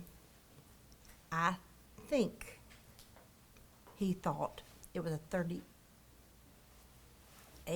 I don't know the most about guns. I think he thought it was a 38, but I don't. The witness can be passed Exhibit 61. I'm sorry, what? You'll be past Past exhibit Exhibit 61. 61 and look on page 2, top third of the page.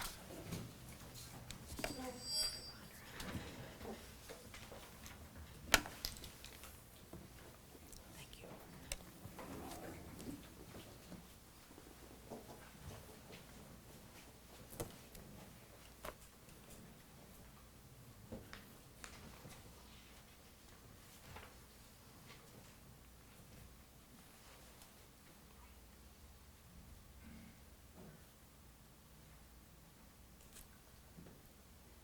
What am I looking for? What caliber gun You said focus on the top third? of page 2? It's on page 1, so.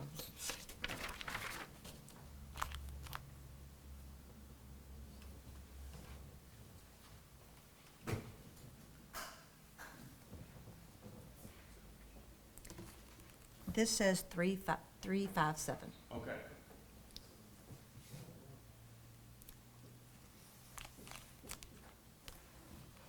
Then, do you Do you want me to remember keep- do you in want me to- May of 2007? Do you want me to keep holding this? You can if you would like.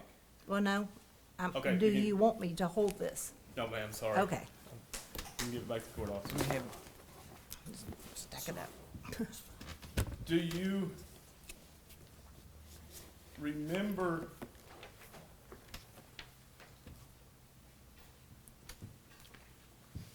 on May 8, 2017, meeting with Mr.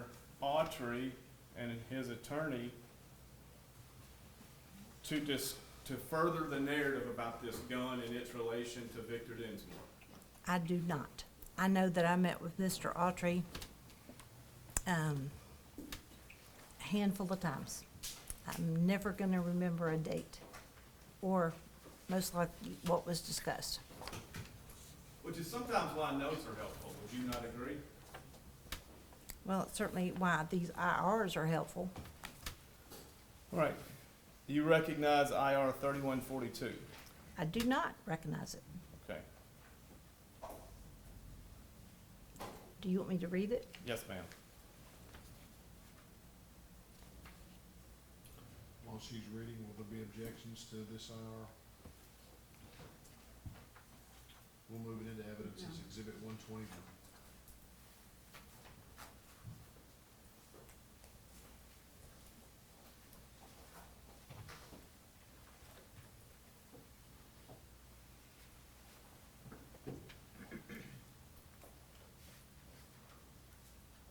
I've read it.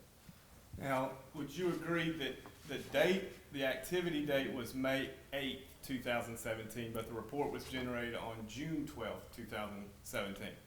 That's what it says. Would you agree that I didn't prepare it, so, of course not, but that's what it said.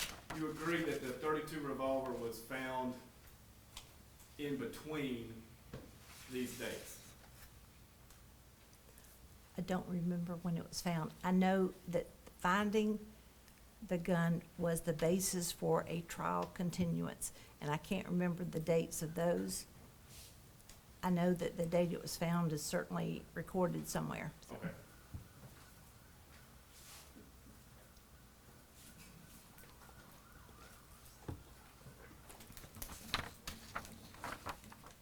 Would you agree with me during May, there's now this effort to go back and forth between Autry and Densmore, Autry and Densmore?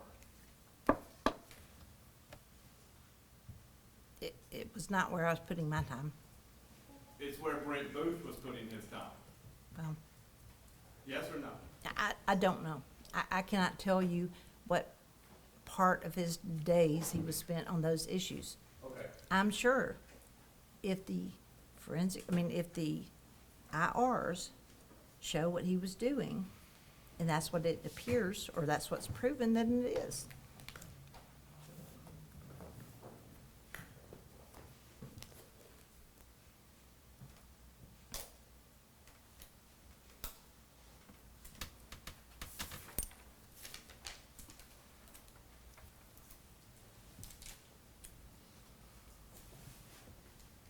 We're now gonna play Exhibit 63. Ms. Nichols, this is the recording from May 19th, the second day of Brent Booth's trip to Indianapolis to see Mr. Dinsmore. And prior to lunch, you heard the first hearing where Mr. Dinsmore is talking about the gun that he in exchange with Shane, correct? I heard the recording from the first day. Okay. And now let's go to the second day, Can't remember. starting at minute 5, second 40. And he said that he didn't get them off of him, but I didn't trust fronting them to him, but letting him get them and pay me later, because he'd never do that. I heard it. He buying, But he was, could he buy it directly from you? yeah, if he had cash, but I wouldn't let him get them and run because he never paid me. He was notorious for that. You talked about the gun yesterday. Do you remember them trading you a revolver or Shane and Shane trading you a revolver? Shane, I remember now that Shane traded me a black 38 revolver, all right? Just a regular revolver, but it was one you could switch the cylinder and make 357. He's came to me and wanted to get some pistols for it, and I said, I can't remember how many I gave him. I think I gave him some one time, the next time I got some, I paid him off, for the pistol. But then we started talking, and we remember when Jamie Darnell moved in, was when Mom and Dad threw him out. She was carrying that, and she pulled out, he saw it, he asked where we got it. We said, where it came from. He knows we need to get rid of it. That's when I told her she was going to the doctor in where was it, Kansas?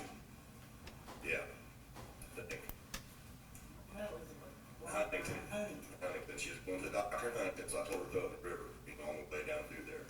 She didn't, because there was too much traffic, came back, and that's when she pulled off into a car that river and put it in the water.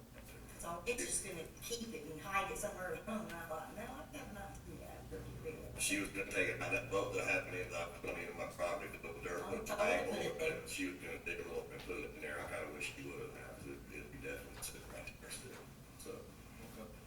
So you pulled up on that road And she, right there in the water. and she laid it down, I know what she did, she laid it down, she didn't want her prints on, and I heard my talk, she laid it down in the water, and she took this brush and stuff over on top of it, so she done. Why did Jamie Darnell tell you need to get rid of it? There might be a lot of, we don't know it. And you never let that? I remember him sitting there, telling me that guarantee may have a body on it, Yeah. that came from A-Train. Because that train has hands on it. And I remember when I told you guys about the other gun was a junky little piece of shit 32, and I took it myself and threw that in my cousin's mom. Okay, because I was afraid he'd fire. It's falling apart. And I didn't want to keep the pills around. So but one we got off the dump, I traded for them pills.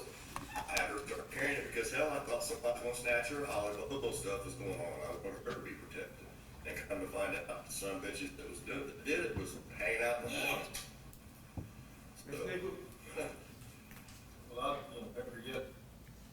So now we have a 38 revolver with an interchangeable 357, and Mr. Dinsmore admits that he threw a 32 away unrelated to the Bobo case, right? I was having trouble hearing some. I heard him talk about a 32, and I couldn't hear what he did with it. Okay, we'll play it again.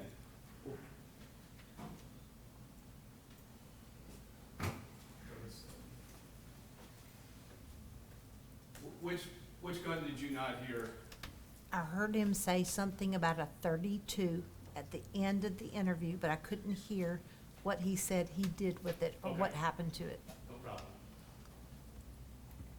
I heard him call it a junkie gun. So the one that we got off them, and I traded for them pills. I had her start carrying it. And I remember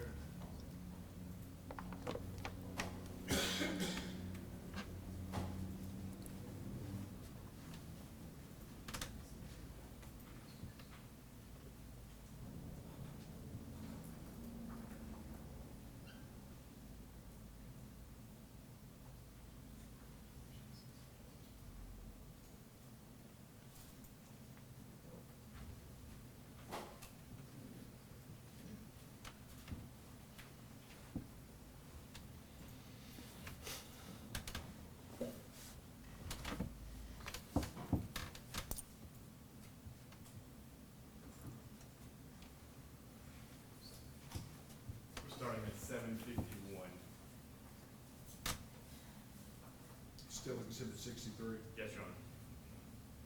Need to get rid of that gun and make have a body on it, okay? Hey, Because Adrian had his hands on it. And I remember when I told guys about the other gun was a junky little piece of shit dirt too. I took it myself and threw that in my cousin's home. Okay, because I was afraid he'd lock me. Junkie piece of blank 32, I took it and I threw it in my cousin's pond. Okay? You heard that? But I heard, if that's what it says, I'm not disputing it.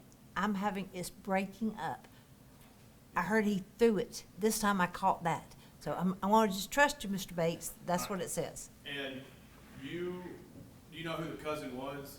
No, Were you not aware that they I were don't know who the cousin was. the Bowens? I don't know who the cousin was. Fair. Okay, so now I've given you the life cycle of this gun. The .22 rifle, IR 1929, the Dennis Benjamin's .22, to a .357, to a .38 interchangeable barrel with a .357. Why did you refer to it as the murder weapon of a .32 revolver? When Mr. Dinsmore told you I had a junky piece of blank .32 that I threw in the water. It's in a pond. Did it ever dawn on you, I think that's the .32 he's talking about? No, Why not? because it's not what the proof was. What was the proof? That Mr. Autry's statement Excuse me, was- did you ask me a question or do you not want me to answer it? I want you to answer. Great. The proof was that he traded drugs for the gun. He was nervous about the gun. He gave it to his wife. His wife, I think, was later told there could be a body on it, and she put it over here. And we went and looked for it, and that was the gun that was supposed to have been used. Does it concern you, prior to pulling the .32 revolver out, that every other statement before this, a murder weapon was something different than the .32 revolver? No, It doesn't give you pause. it did not give me cause. During the prosecution. Sir, I said no. My answer's not gonna change. No matter how much you yell at me, or no matter how much you argue with me, I believe we found the murdered weapon.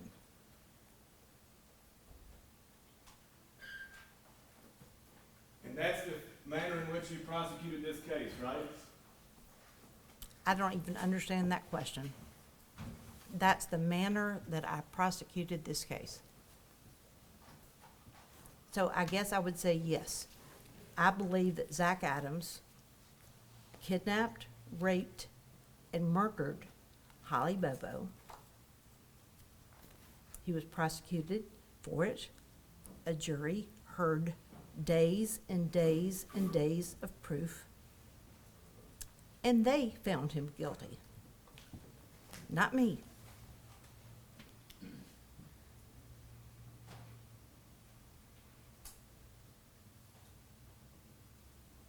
Your closing argument, page 2,733, line 21. Am I supposed to find that page? Or you I'll gonna read it for you.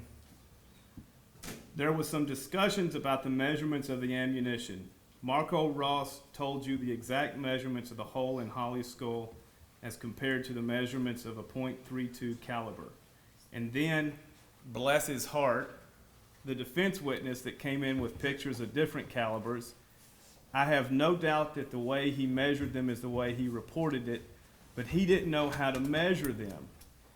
Didn't know that remove the projectile from the casing and then measurement. So the expert who testified about that gunshot wound to Holly's head said it matched my words perfectly, basically .32. And if you look at those measurements and you remember his testimony, it excluded a .38. Excluded it. Do you remember giving that part of your closing argument? I do not. All right. As I said, I don't remember my closing argument. I have never gone back and read it, and nor have I ever gone back and listened to it. You were the attorney in this case when the post-conviction filing brought this up. I was. Did it jog your memory to go back to the transcript and read it? Are you asking me whether I actually did read it and I'm not willing to admit it? Oh, Because I'm I told asking you what Mr. I asked. Bates, Mr. Bates, I did not read it. Okay, but you were on notice this is an issue. Honestly, I don't remember what notice I had about various issues. There were several that stood out in my mind. And one of them was that you misstated No. the diameter of a .380. I was never worried about misstating it because you're incorrect. Okay. Well, what is the diameter of a .380? I am not, Sorry, a 380 auto round. Mr. Bates, you are wasting your time if you start asking me about Let's just- various let's just diameters. No. Argue with Mr. Bates, I don't know. Oh, I don't know. I know what the expert said. I know what Marco Ross said well, about the defect in her head, Right, her but skull. how many hundreds of thousands or millions of dollars did the state of Tennessee have at disposal in prosecuting Zach Adams? I have no idea. A lot. A lot of money. Yes? Is that a question, if the state had that much money? Yes, it is. I mean, I don't know how much money they had to spend on it. All right. Did anybody say, hey, how about we buy a micrometer and measure what a 380 auto round is, like the one found next to Holly's remains? I don't know if anybody said that or not. Did anybody, including you, go to www.google and see what various sites said? I don't know what anybody did. Well, then how did you say .38, which is the exact caliber of the bullet found by Miss Holly's remains, was excluded? Okay.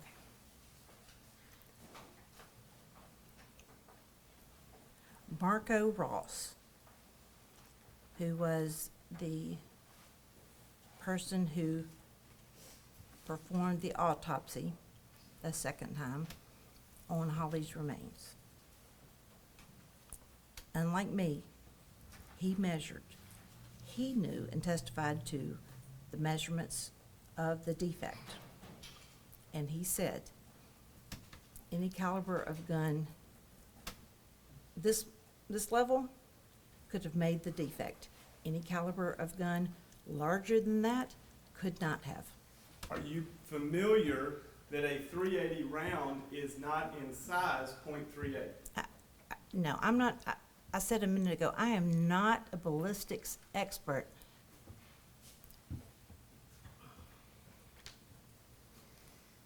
Do you stand by what you said at closing argument? Yes.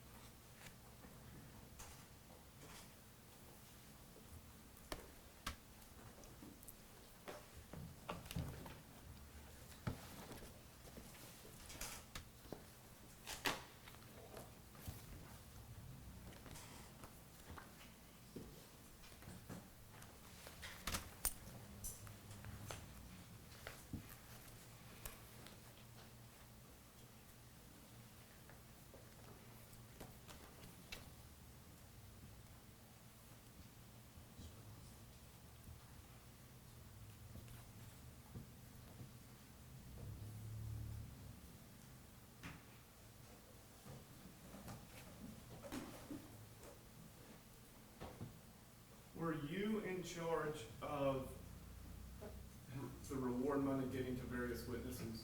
No, Did you have any part in that? no, Do you have any awareness of that? no.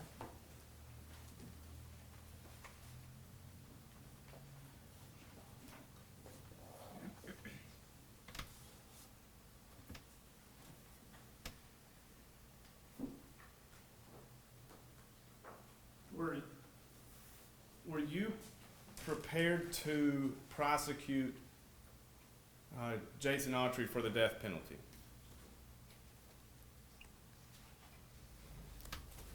Well, you mean instead of Zach?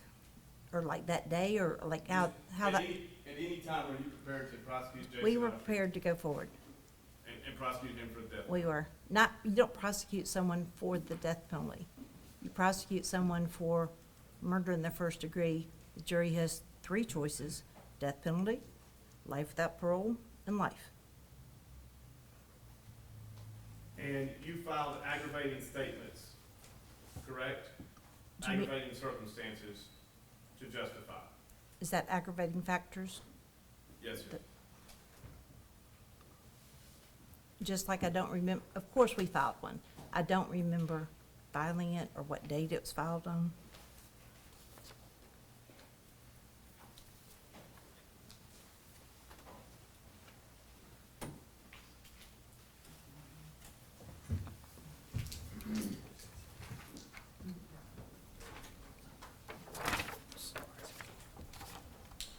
This is already in the record, but we'll mark it as exhibit 122.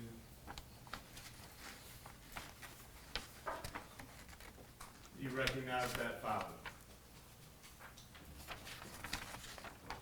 I certainly recognize my signature at the end of the filing. I haven't read the filing. It says June the 3rd, 2015, which makes sense.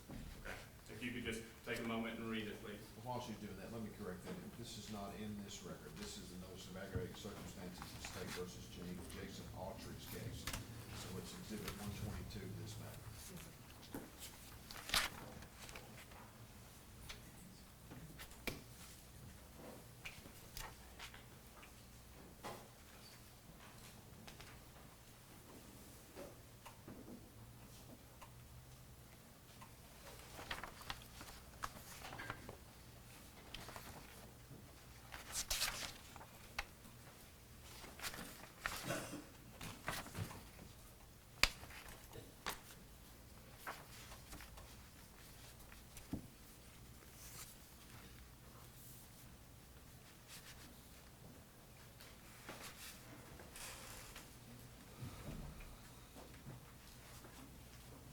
You read it? I have.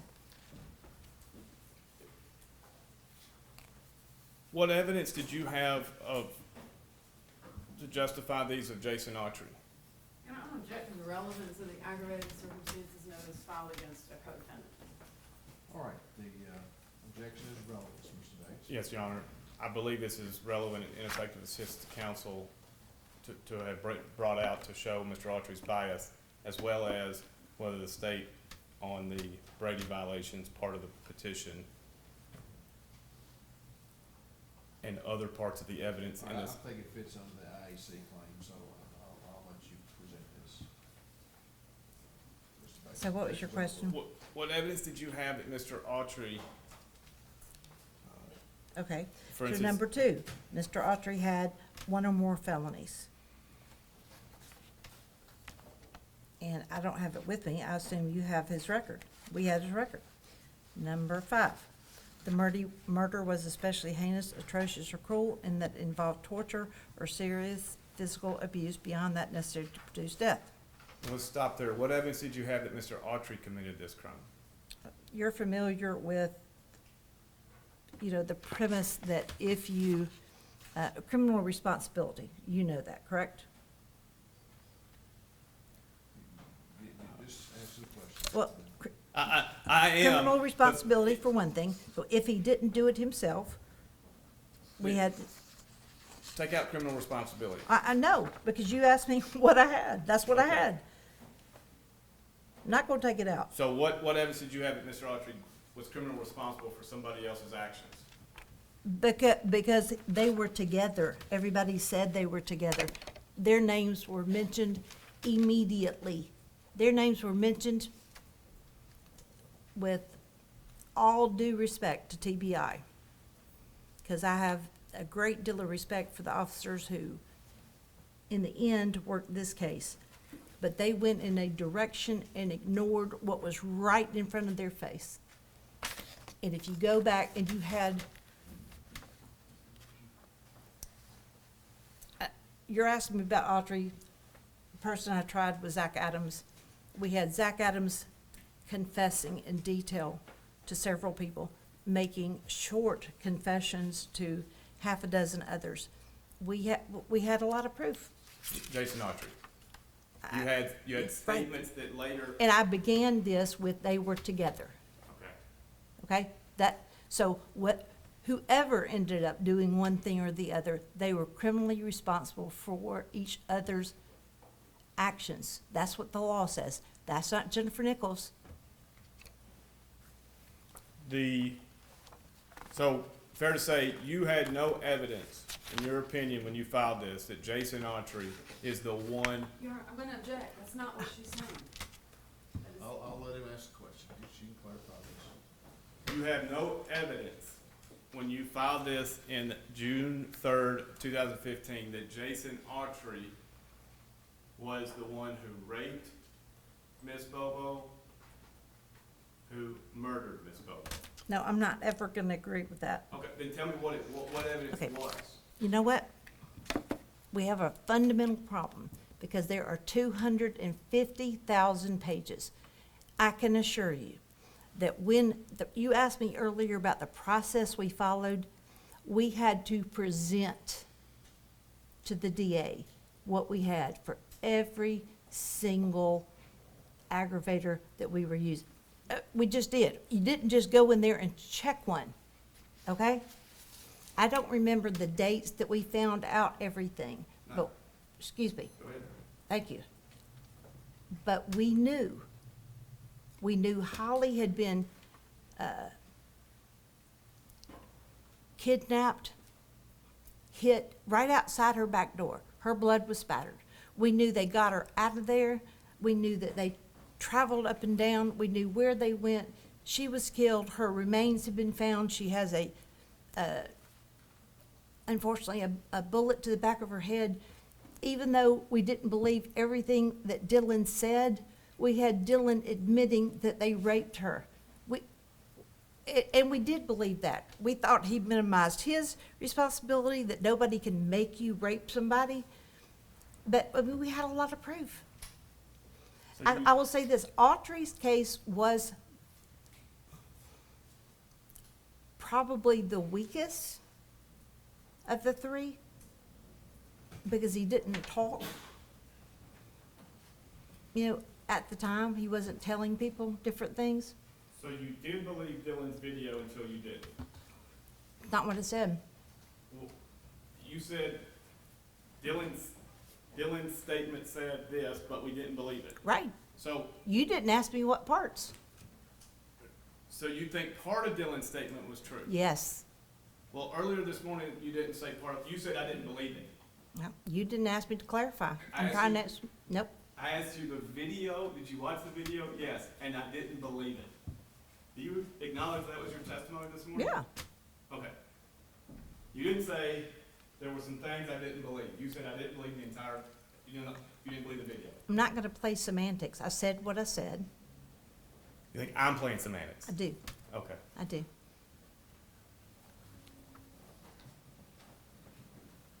Do you remember, Do you want me to put this one down now? if we can mark it as, yes, it's the I next mean, I don't one. mark, but I know somebody else did.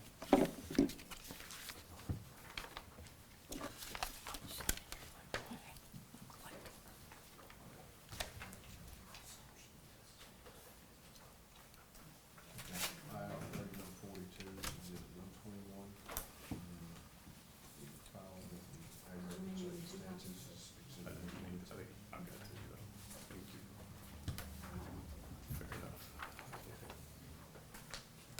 One for the witness, one for the court.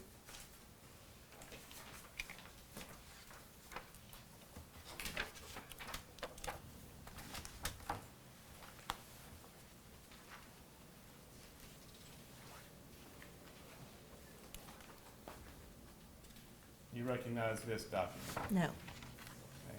You can review it.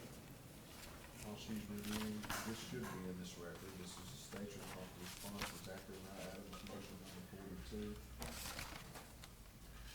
We'll be marking it as exhibit 123.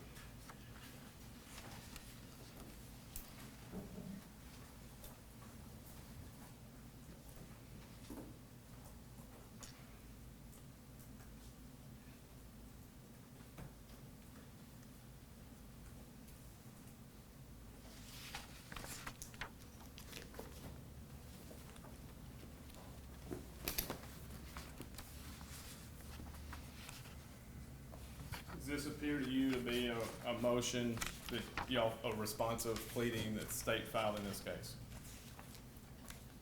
It appears to be a motion that Steve Ragland, whose, one of his main functions was to respond to motions.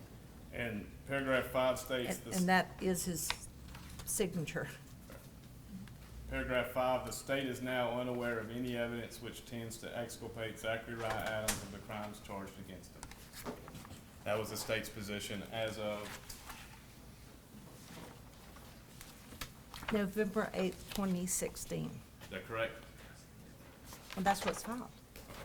Well, is that your memory as well? That in November of 2016, the state was unaware of any evidence which exculpated Zachary Wright Adams. I don't know of any today, Okay. still.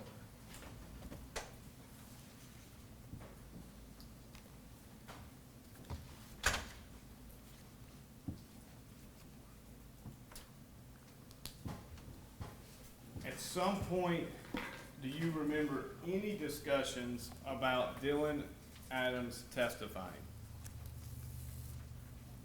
in the state of Tennessee?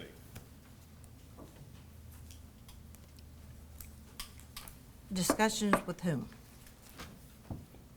We'll start with Mr. Maddox or Mr. Bruno. Yes. When were they ongoing? No. They stopped. When did they stop? I don't remember the date.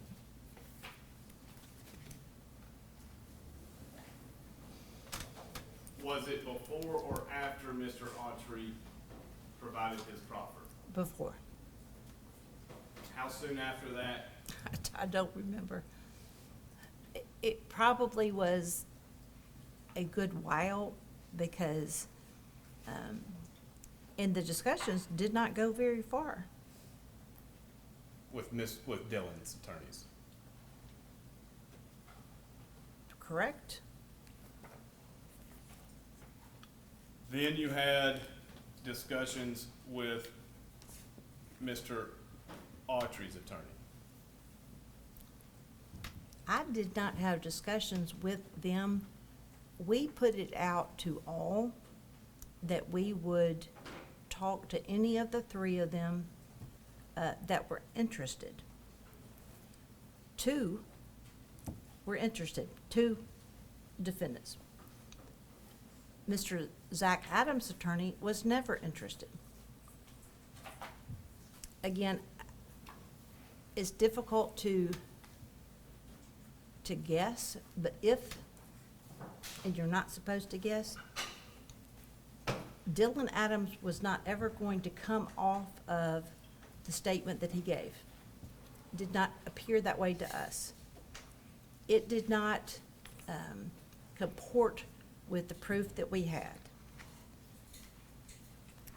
So to try him first and to put on a statement or to, that you didn't believe and that you were trying to,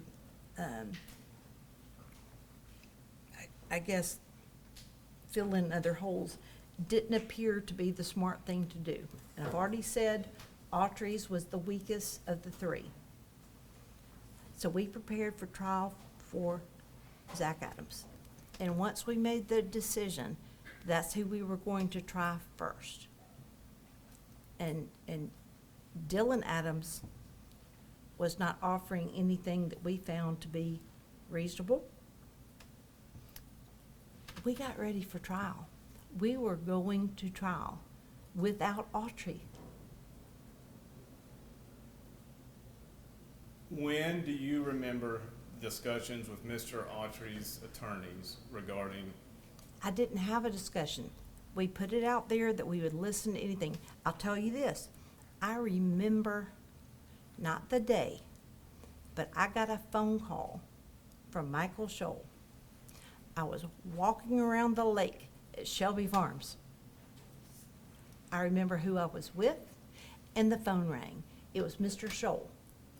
I answered the phone, and he said what he said. You want me to repeat it? You can. Okay. It's hearsay, but I mean, that's what I'm saying. You want me to say what he said? Sure. Okay. And he told me, and he called me before anybody else knew, that Autry wanted to talk, All right. and he was interested in a proffer. And when was this? I just said, I don't remember. Was it? It was close in time to the proffer. I'm not ever gonna be able to give you a date. How close in time? I 2 weeks? 3 months? No. don't know. Certainly wasn't months. Okay. We had a trial coming up. I Okay. said, close in time. And- It would have taken a few days to arrange that and get ready and get everybody in the same room.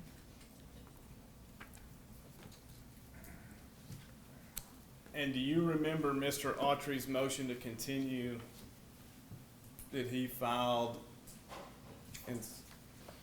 and was set for hearing? No. Okay.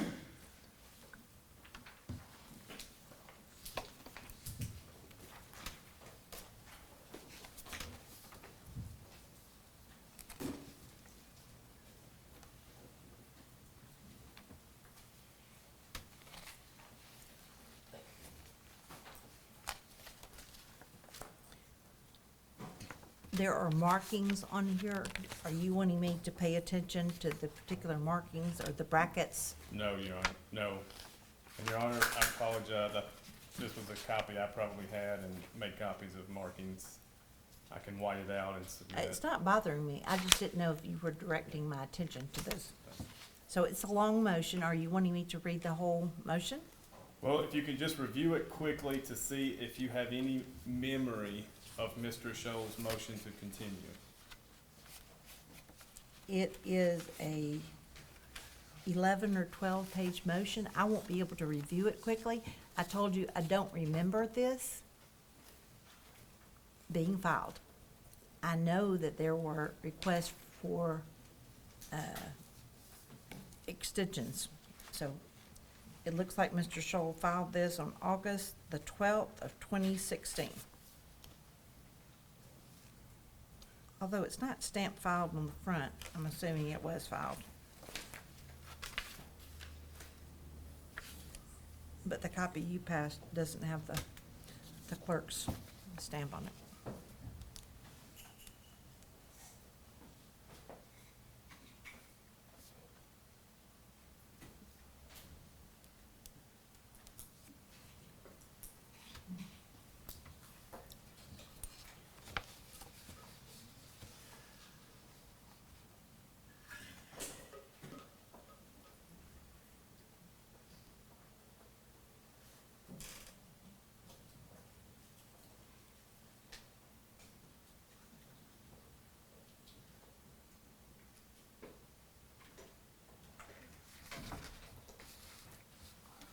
You're familiar with Mr. Scholl?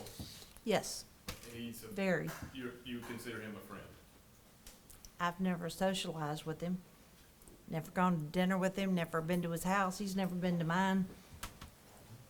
Would you consider him a friend? That's a stretch. I consider him to be somebody I respect as an attorney. He was known for being a very good attorney. He's beat me before. I'd beat him before. He was known to be ethical. Judges frequently ask him to accept difficult cases in both federal and state court. So when he writes on page 3,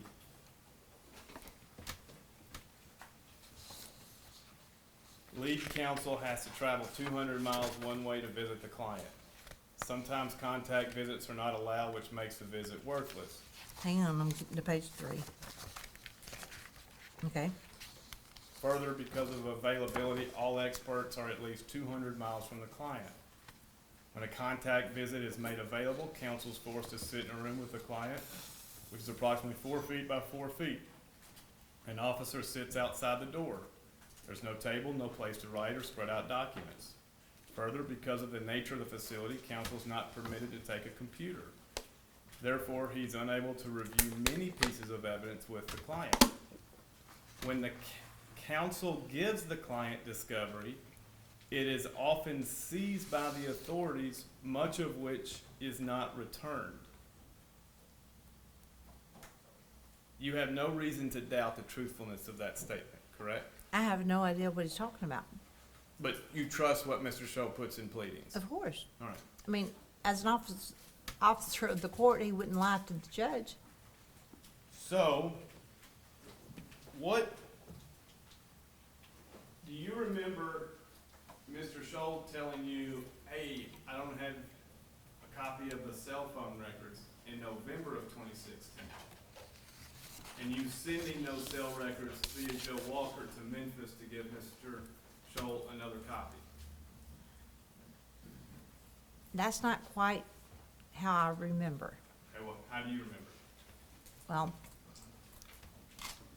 I think the phone records were there, and he may have had trouble opening them, or he couldn't do something with them that he was wanting to do.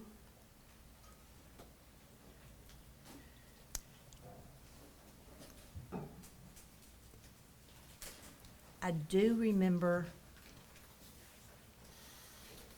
there being phone records delivered. I couldn't tell you when. I certainly didn't remember that it was, or who delivered them.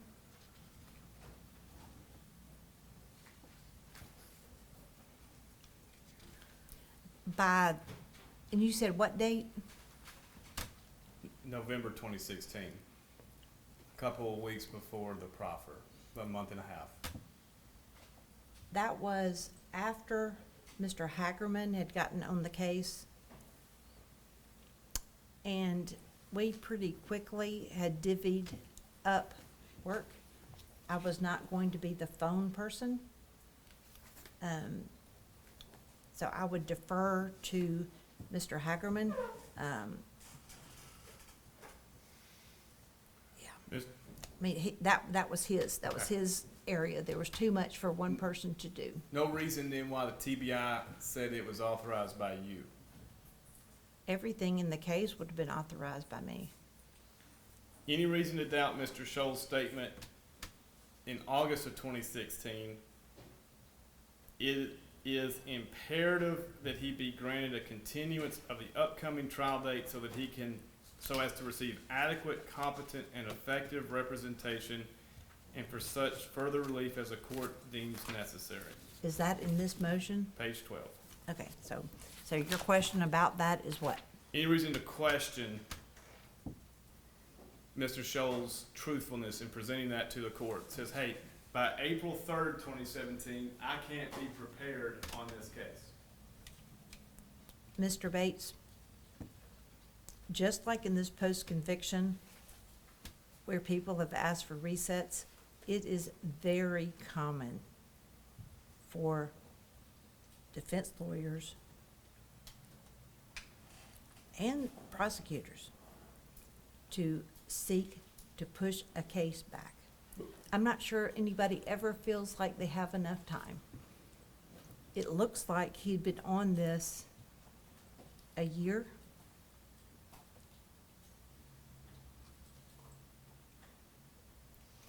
Whereas for the Karen and Clint and Dana Bobo, this case had been pending for years. It was the center, but for somebody like Mr. Scholl, a year is not that long for him to get up to speed.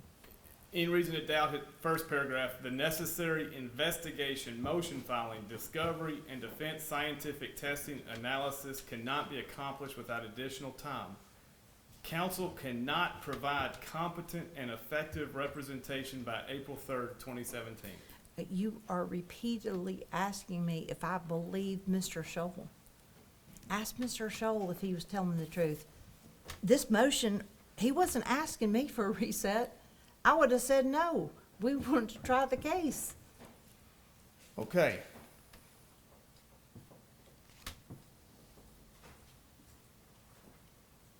The TBI team at the time of trial, I think I'm correct, the main players were Brent Booth, Joe Walker, Kathy Ferguson.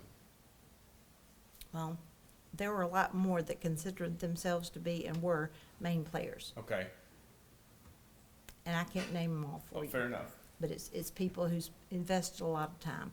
But in terms of the day-to-day contact that I had, those would have been the three people that I spoke to the most. Y'all had a good working relationship? Yes? Yes, They had worked on the case from virtually the beginning.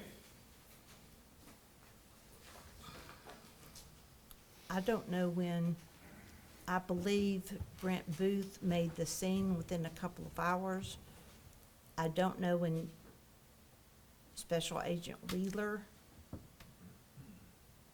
got on the case, and it's my recollection that Kathy Ferguson got on, if not on the first day, soon. Did you trust their analysis and their work product?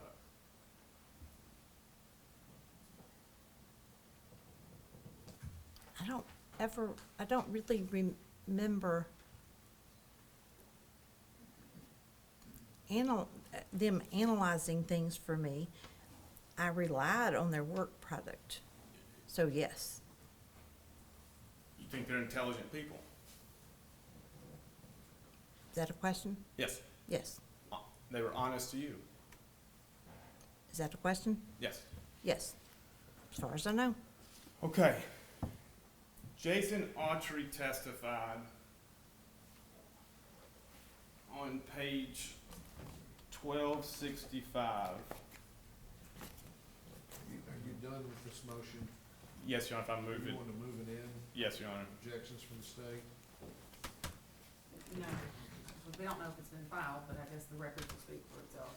Well, this was actually in Mr. Autry's case, so. we'll Right. be a part of Right. that. There's no set file, and I can't tell what it probably was filed, I just can't give the court. It's marked as Exhibit 5 to some other pleading. We'll make sure that that is already on the face of this document. It's gonna be Exhibit 123 to this hearing.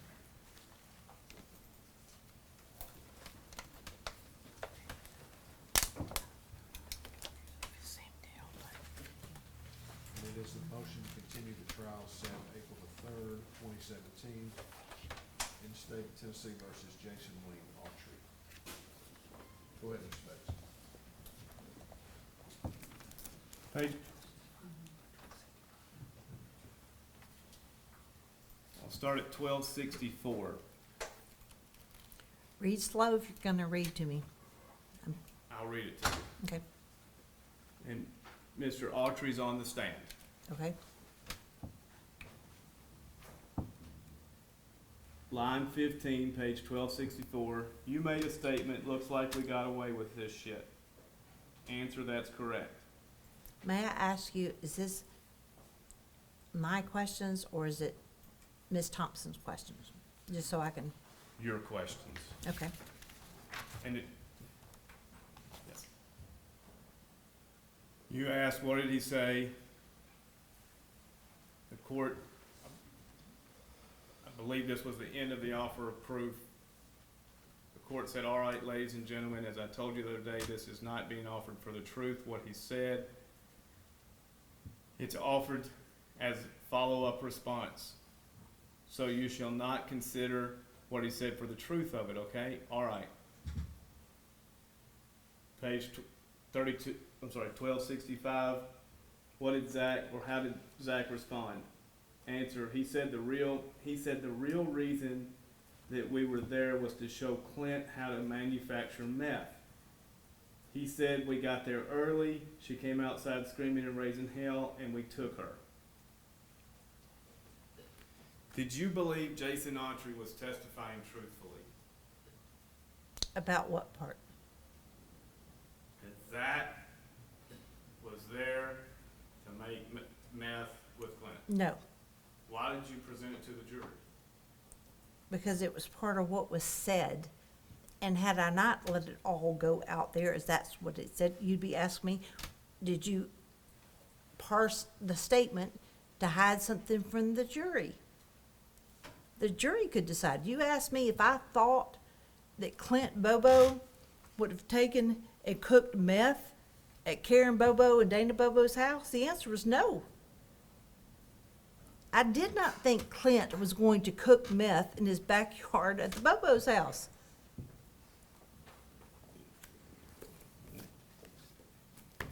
But you submitted it to the jury. It wasn't my statement, Mr. Bates. Yes.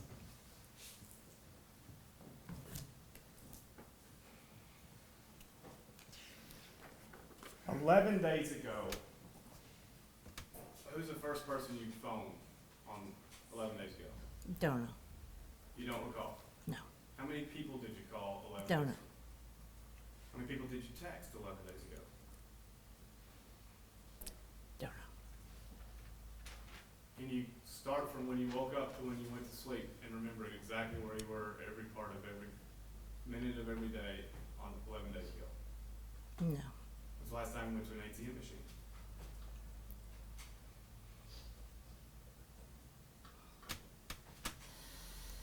I went last week. Do you know the date? I can figure it out by looking at my bank records.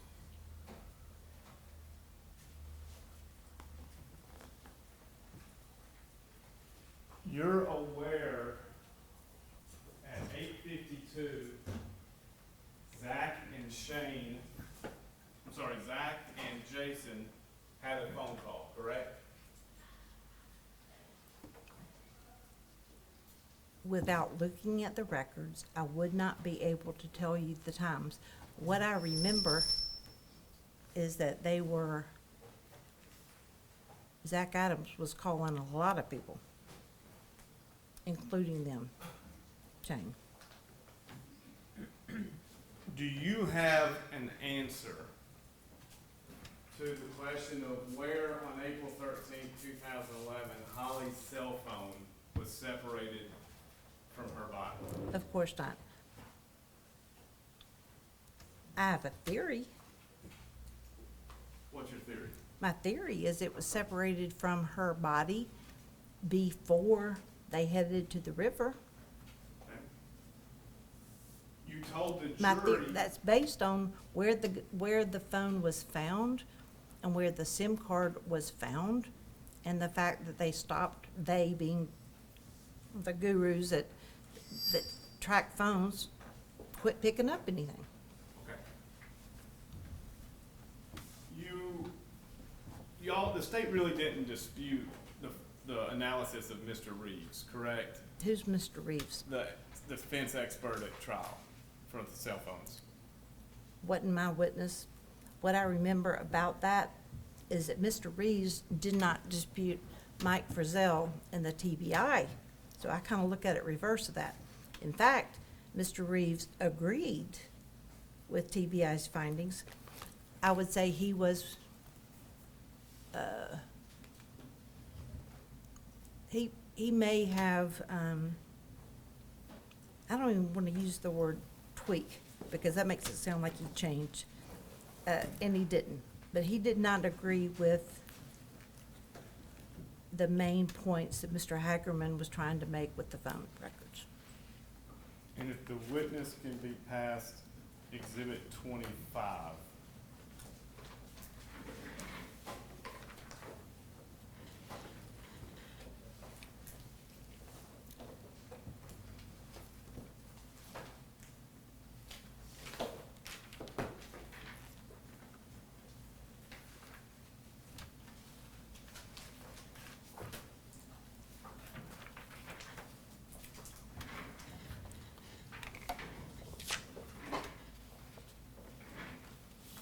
All right, technical analysis and report, Jonathan D. Reeves. If you can go to what's the 7th page.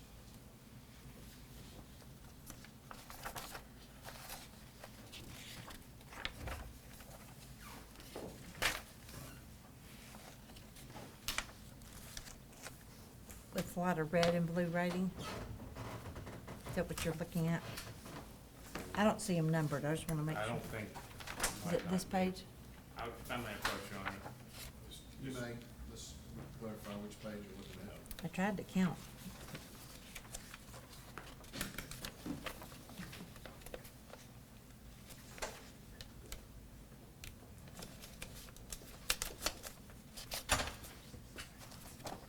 So it starts. Keep coming, one more. Further, like Well, eight. tell you what. You just hand them to me, I'll get to you. It's not the 7th.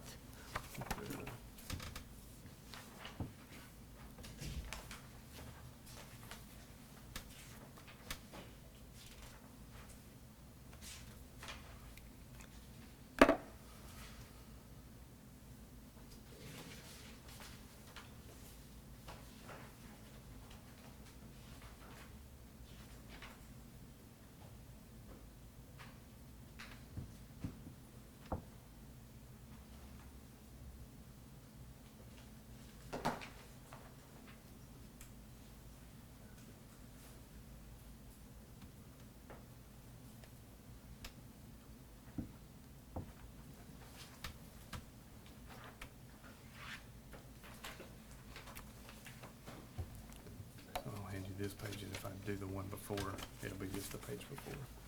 Mr. Bates, while you're there, it appears that they're not in the same order as what we have, so let's either hand her an ink pen or initial this page, this is what she's testified about. Oh, yeah.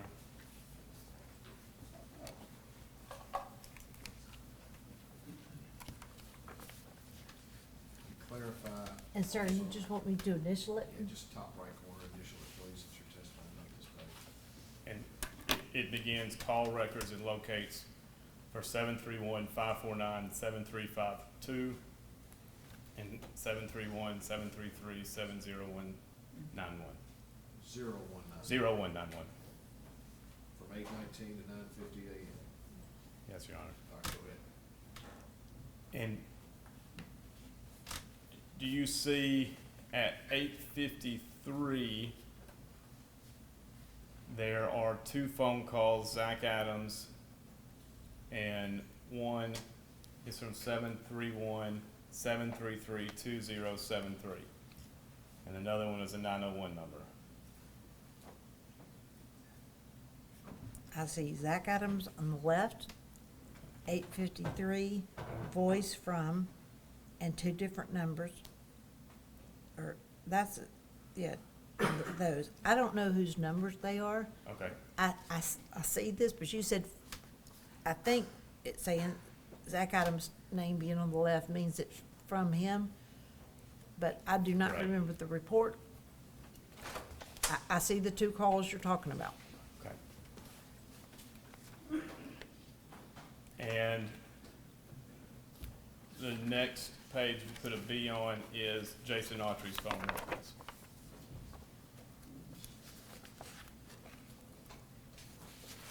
So you went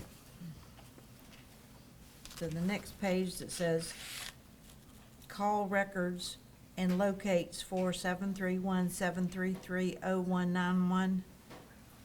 That page, The one previous with all right? 549-7352. All right, I'm looking at a page that says call records and locates for 731-549-7352 and 731-733-2073 from 8:17 a.m. to 9:42 a.m. Is that the right page? Yes, ma'am. All right, I'll initial that one.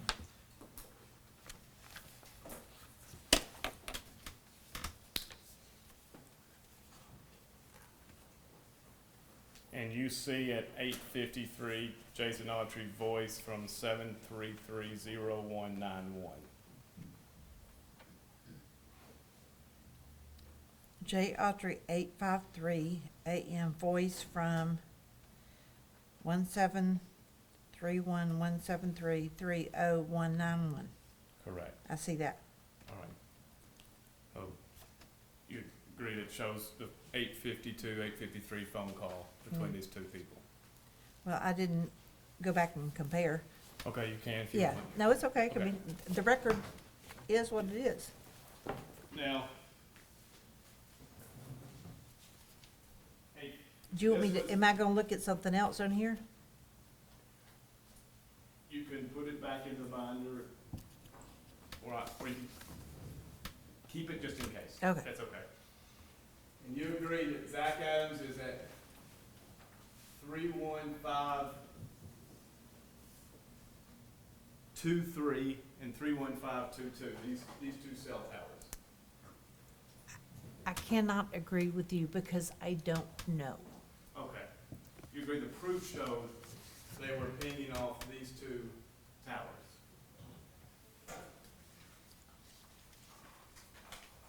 I'm looking at Jason Autry, you said the 853. Is the last number where it says cell 31522, is that a cell tower? Yes, ma'am. Okay, so I read, that's what it is. I didn't know that's a cell tower. I don't remember that. But I see that. Well, all right.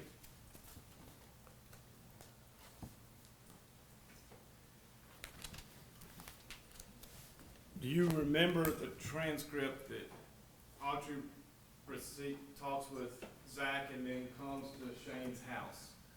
And that's where he sees everyone. Do I remember the transcript that says You that? remember the trial? Are you talking about when he went to Shane's house and the burn barrel was there and Shane was wearing a gun and Holly was wrapped up in a blanket and That was The his truck? that was his testimony. I remember that. All right.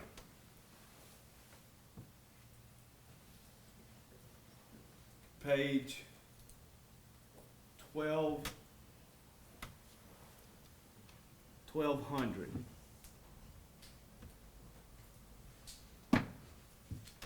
In this, did it strike you when Mr. Autry was telling with pretty good detail the times he made a phone call 6 years beforehand? How odd that was? No. Sort of like I remember some things 8 years ago, like that, not having read the transcript or reviewed any of the testimony, but I remember bits and pieces. And I remember phone calls in my life that were really important from a long time ago.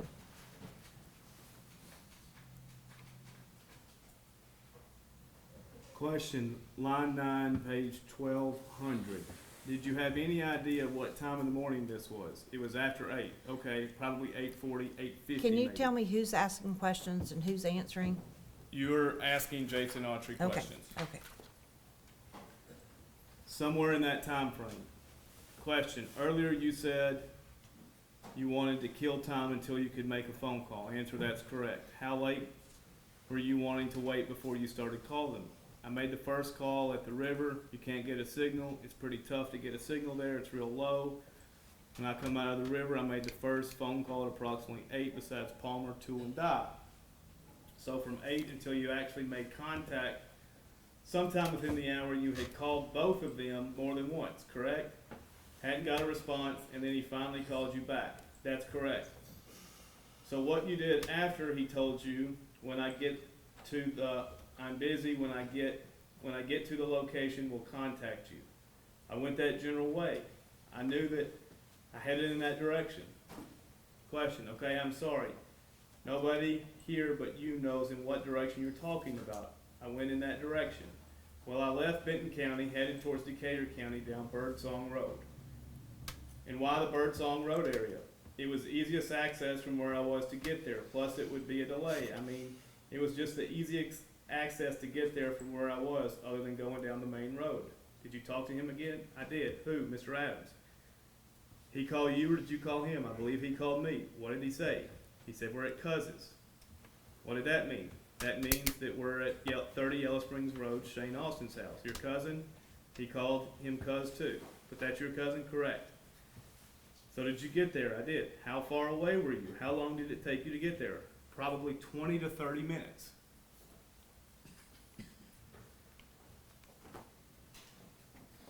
Do you remember Mr. Autry testifying to that? No, Do you remember Mr. Autry saying when he got there, Dylan had his shirt off when he got where? to Shane Austin's house? Yes, Do you remember Mr. Autry saying when he left, Dylan was still there? yes. All right. So if it's at 8:52, if you add 20 to 30 minutes, that would be, the earliest would be 9:12. The latest, 8:52 plus what? 20 to 30 minutes. 8:52 is the phone call. 20 minutes to get there, 20 minutes to get where? to Shane Austin's house. Okay. I mean, I'm going with you, but I'm not doing the math. Okay. So, Did you ever do the math? I'm sure I did. Okay. Then Not if it is recall. at 9:12 to 9:22 and everybody's at Shane's house, can you explain why Holly Bobo's cell phone was still traveling south to its final ping at 9:25 by Gooch Creek? No, You just can't explain it. no. You have to give those times that they gave and explanations and how long you have to credit memories and about what time different things were happening. I don't, You have no answer for why you told the jury Dylan was dispatched to get rid of a cell phone if it's inconsistent with Jason Autry's testimony. You have no answer right now, correct? I always got an answer. Well, what is it? What's the question? How did you tell the jury Dylan was driving to get rid of Holly's cell phone if the proof shows Dylan's at Shane Austin's house? Because I don't believe what you just said. And I'm sure that's not what my theory was. I just read to you what your witness You said. read to me a lot of things.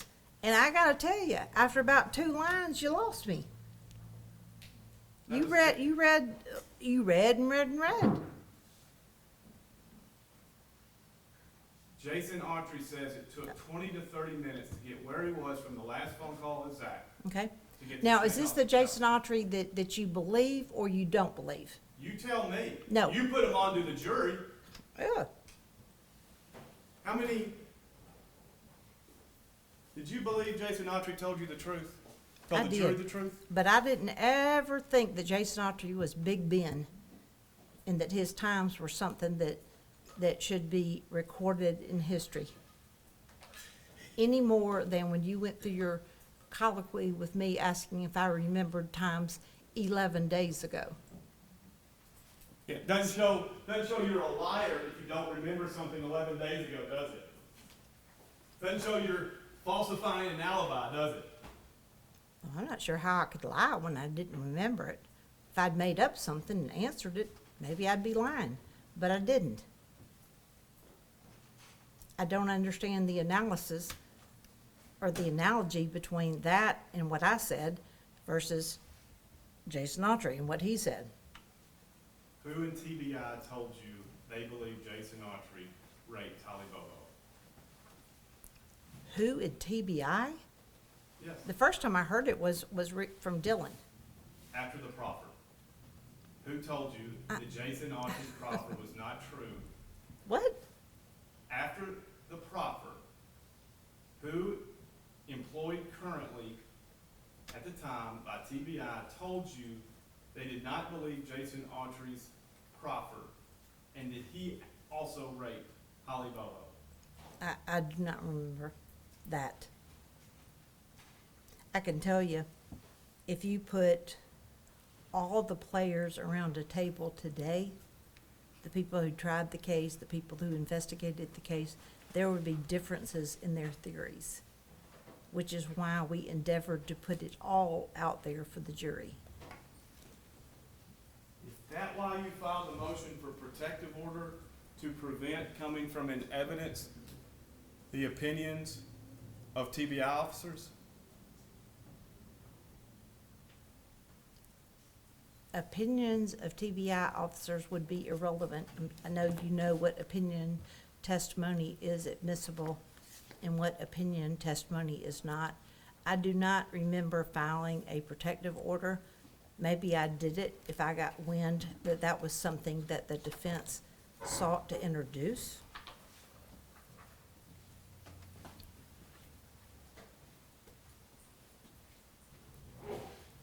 But I know you know the rules of evidence. Don't give me too much credit, Ms. Nichols. Well, I mean, assuming you know the rule about what's admissible with opinion testimony.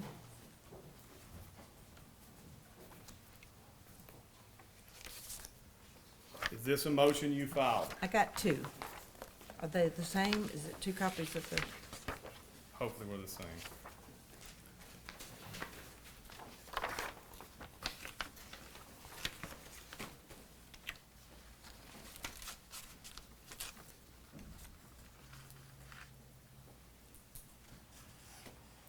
This looks like a motion filed on June the 3rd, 2015, and served on Mr. Herbison, who I think we have established represented Mr. Autry. And is that your signature at the end on page 5? It is, and Mr. Lapone's. You asked that would prevent discovery, including testimony regarding reports, memoranda, or other internal state documents made by the District Attorney General or other state agents or law enforcement officers in connection with investigating or prosecuting this case. The state also requests this court prohibit any discovery regarding confidential materials, mental impressions, or work product of state officials who were involved or have been involved with the investigation or prosecution of this defendant. Did you signed and filed this? Already said that. Okay, Your Honor, I move to mark this in next. Objections? Yes. Mark it as exhibit. Hey, I got two of them, so I'll give you two. Now, 124. This is the state's motion for protective order. This is also in the Jason Autry case. Any reason why you didn't file it also in the Zach Adams case? Maybe I didn't think it was necessary, Okay. Well, I mean, you, given the attorneys. okay. I don't remember what led me to believe that.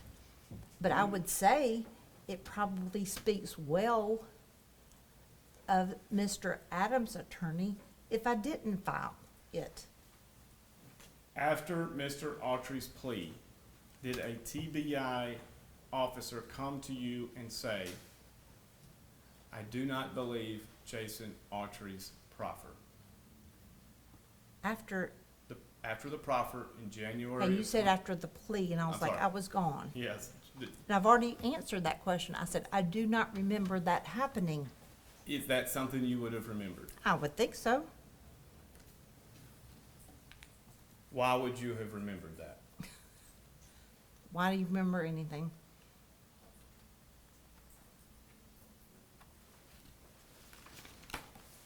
You agree that reconstructing April 13th, 2011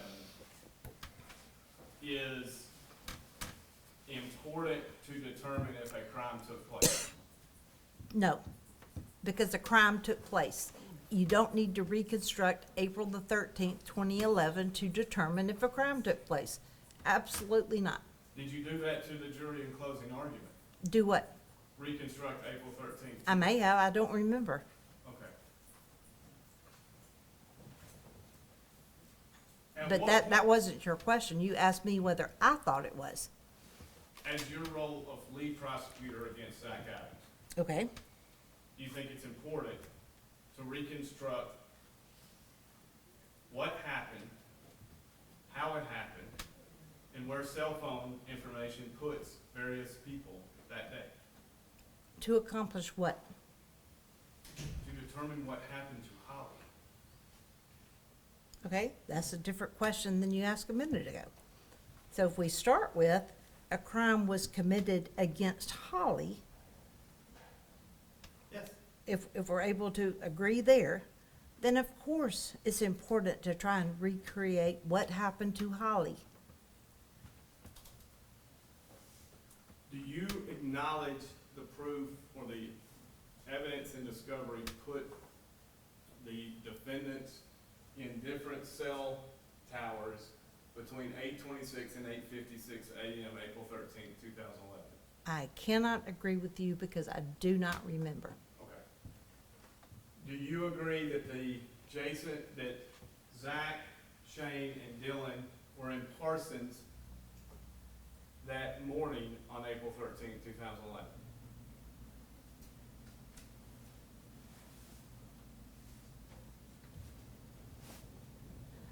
Together? Are you you Yes, you ma'am. put three Yes, people ma'am. in one question.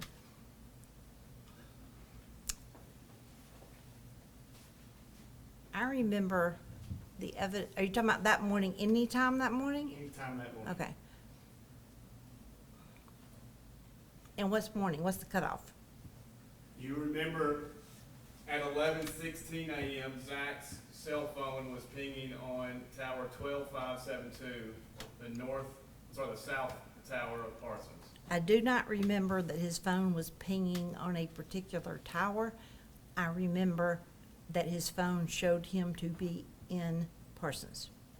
Same with Shane from 11:15 to 11:52. I don't remember the times. I remember, or the cell tower, but I remember that sometime around that time that their phone showed they were in Parsons. Okay. And you didn't dispute their phones were with them that morning? I don't believe I did. Okay. But remember, Mr. Bates, I wasn't the phone person. Right. I didn't put on phone evidence. Now,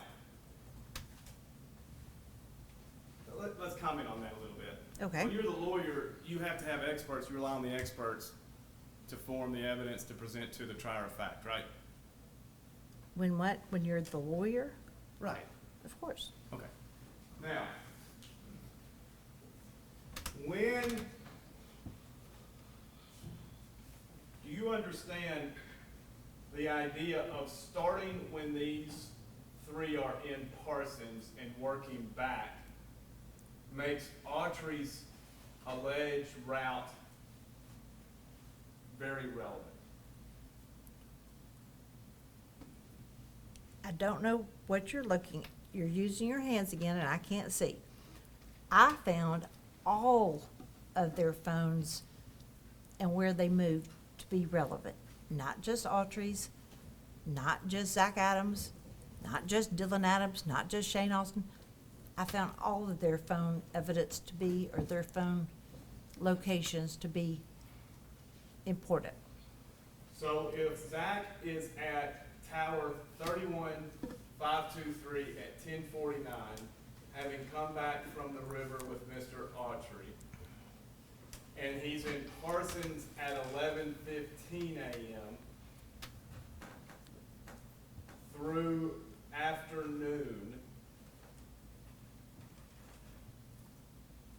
where and when was this white truck put at Mr. Dinsmore's garage? I don't know. You presented it to the jury. I may have, and I'm telling you, I said here today, I don't know. I don't know how many more times I can say. I don't remember. I didn't present phone proof. And, Mr. Bates, I wouldn't lie to a jury.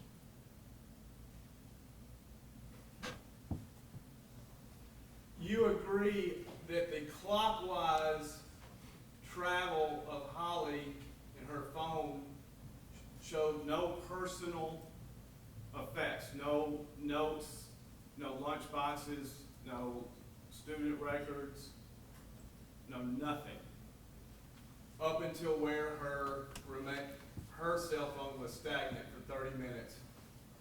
You would agree with that? Do not remember. So All right. I cannot agree. Would you agree that the property seen consistent with a clockwise direction of travel from 9:03, 9:10, 9:25 is consistent of evidence being thrown out along that route? I mean, I've said it 10 times. I do not remember. This is why I ask you, if there is something I can do to prepare that you want me to review, tell me. It's my fault. I would have reviewed it. Now, you've read the petition. As the lawyer, you read this petition, yes? Have you filed an amended one since I left? The ones when you were still the attorney. I did read the ones when you were still an attorney. I don't know if that's what we're going on, because you haven't asked me anything about Jennifer Thompson. I thought we were here about her representation. Now, at what point did you realize there was an ATM device held in Alabama that you felt necessary to go and obtain? Okay? At what point? Yes, ma'am. I was still the attorney on the post-conviction when I got a call from TBI that your investigator, Ms. Spirko, had served a subpoena to some bank personnel seeking this device. I don't remember when, but I remember being advised that the bank personnel had, finding her to be sketchy, called TBI and said, what do we do?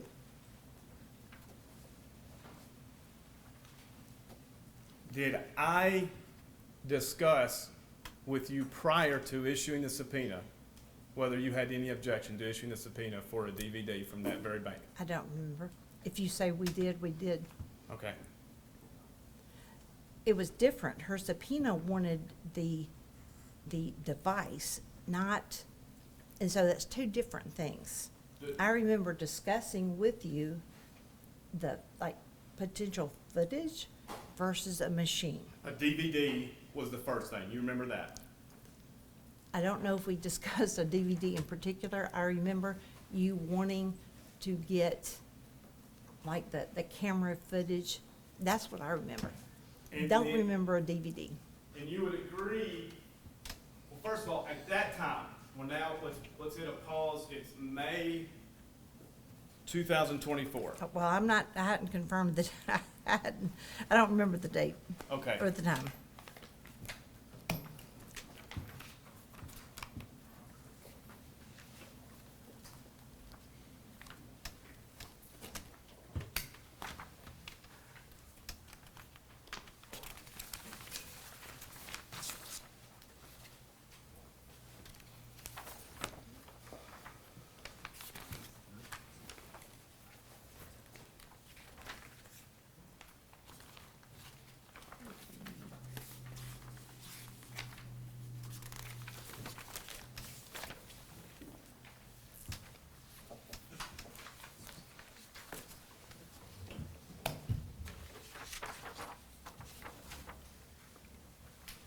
Do you recognize put the first one as May 7th, 2024? I'm sorry, to recognize, I've never seen this as far as I know, but, so what do you want me to look at? It says Decatur County, CB&S Bank Director, Security Mike Mayfield, ASAP, that one? It's the one DVD labeled 4/13/2011.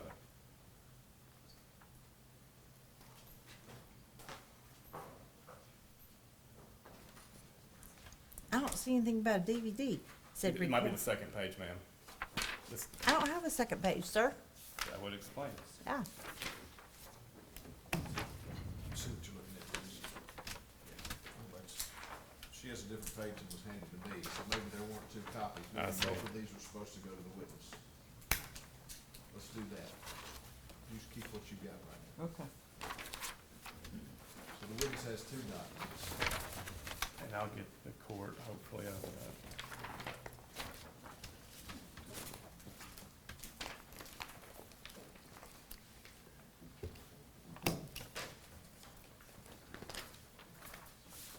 First one labeled May 7th, second one labeled May 13th.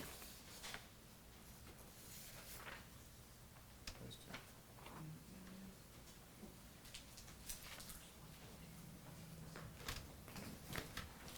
These are both TBI subpoenas for identification at this stage.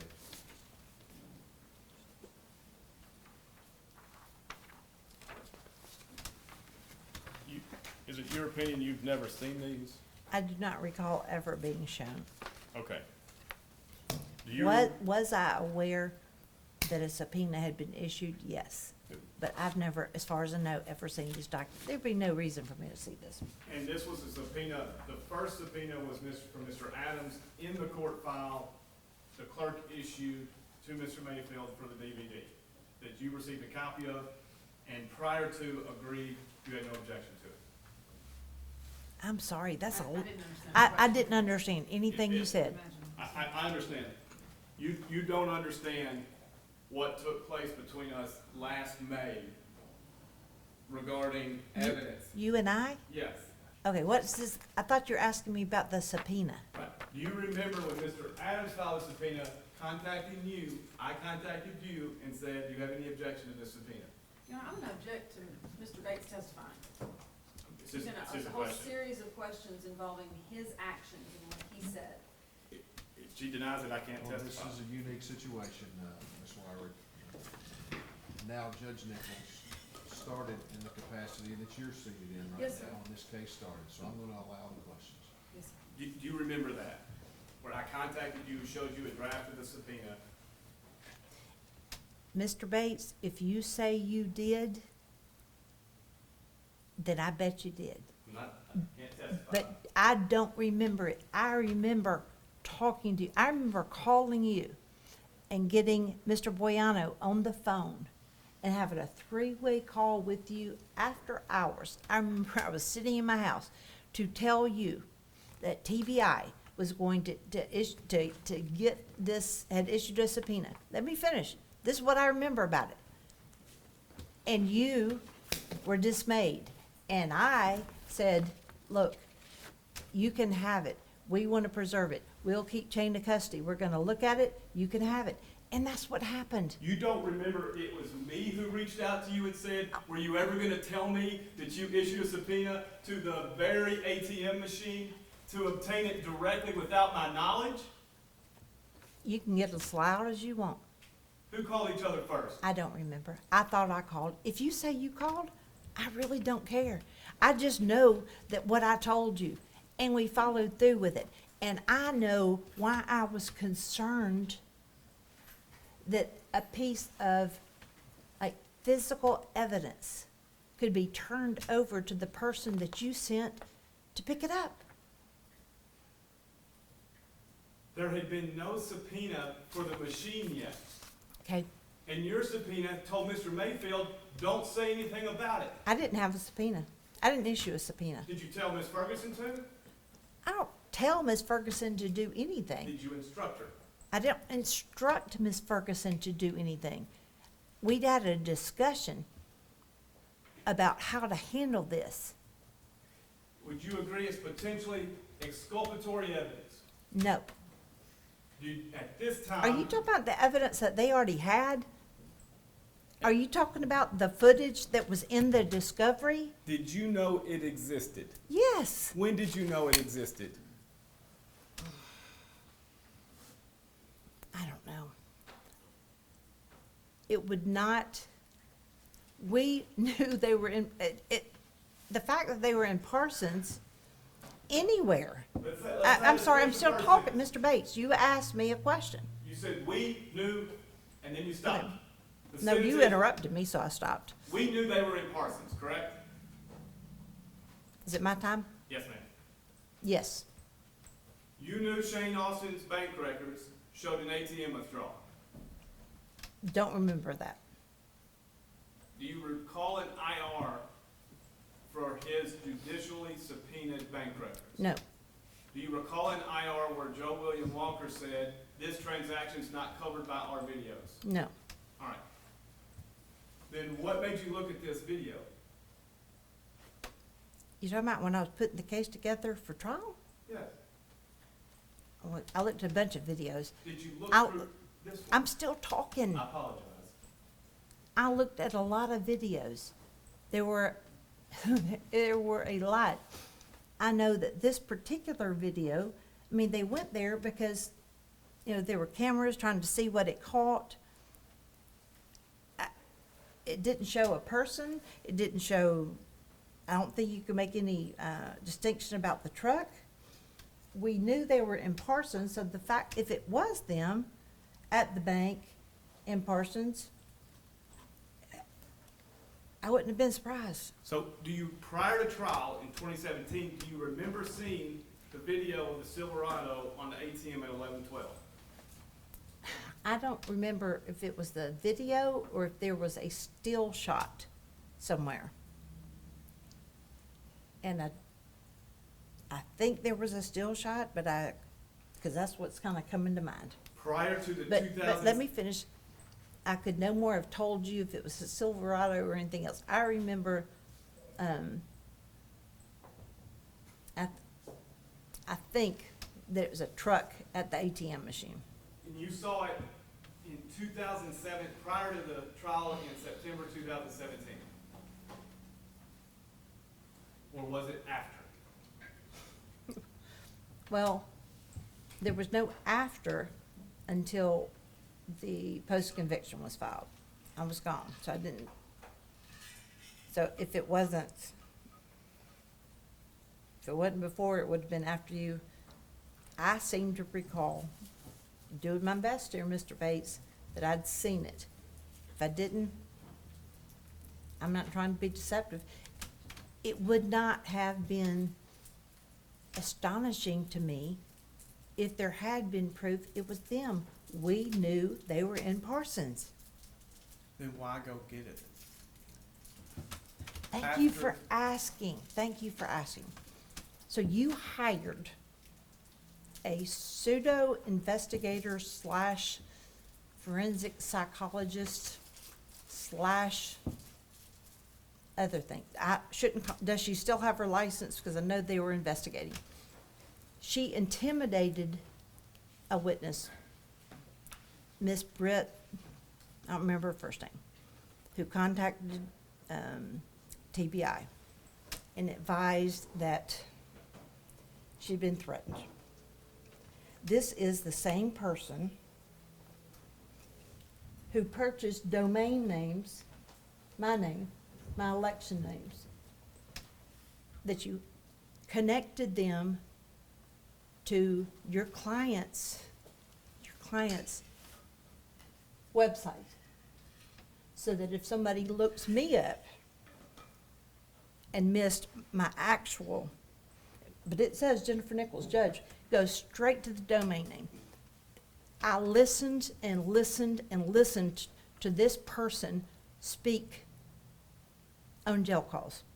I know that she wormed her way into a federal holding facility by using her credentials, going in, knowing that a person was represented. You and I discussed this a lot. Recording him in a recantation that she tried, or you tried, to get admitted after she knew he was high. Even asked him, are you high? This person did not need to have her hands on physical evidence. If it was something that you were gonna want, there would, if it confirmed everything that you think, what was she gonna do with it? Take it home and put it in her garage? And then try and introduce it at trial? The plan was, if somebody wanted it, preserve it. Just like they did 2,000 other pieces of evidence. Preserve it so that whoever wants it can have it. But Katie Spirko did not need to be driving around with evidence. She's not law enforcement. She's, I don't know if she's claiming to be an investigator now or a blogger or what, but she didn't need anything evidentiary that was gonna be important. We know what she did. You turned over discovery to her, she released You've it. asked the question, sir. You acknowledge now it is relevant for Zach Adams, where he was in Parsons that morning. That was about 5 questions ago. Do I acknowledge that that machinery picked up from the bank is somehow important to this? No.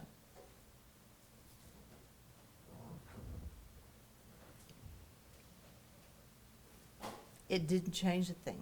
Do you remember who you watched the video from the ATM with? No.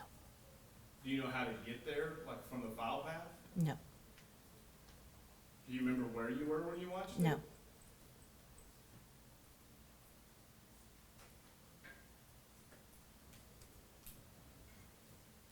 So, if I'm understanding you, you don't dispute that it's consistent with the evidence as you understand it, that Zach was in that vehicle at the ATM at this Oh, time? I do dispute it because I don't know that to be true. I don't know who was in the vehicle. But you do know Zach's cell phone was in Parsons. That's my belief. His And- cell phone was. And we and- thought they were. Okay. Well, I hear what I've heard in the past. Are you saying Zach didn't have his cell phone in Parsons that morning? I'm not saying that. Okay, so you acknowledge Zach was in Parsons that morning? Zach's cell phone was in Parsons. We believe that he was either with it or close to it. I don't know if somebody else used it. I have no reason to believe that he was separated from it.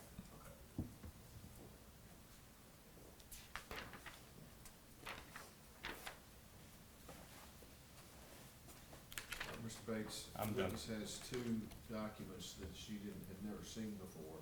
These are the TBI subpoenas. Yes, Your Honor. They were part of the motion for sanctions at the beginning of the case. Objections to them being entered? Yes, you can identify. Okay. Then they're part of the record already, if they need to be referenced in some other fashion. So we'll pass those back to Mr. Bates, please.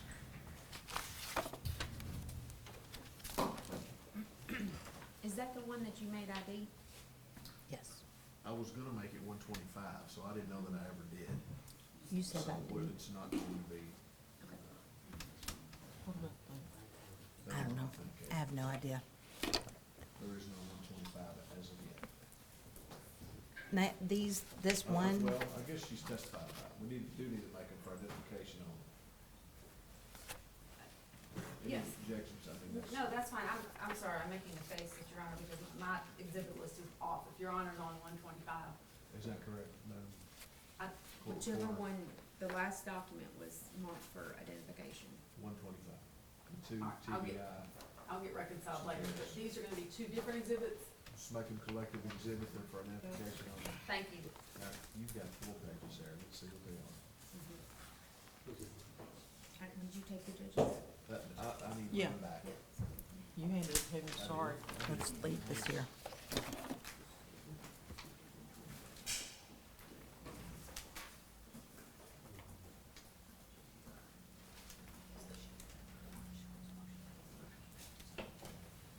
That's my direction. All right, let's take a break, we'll cross. Yes. I'm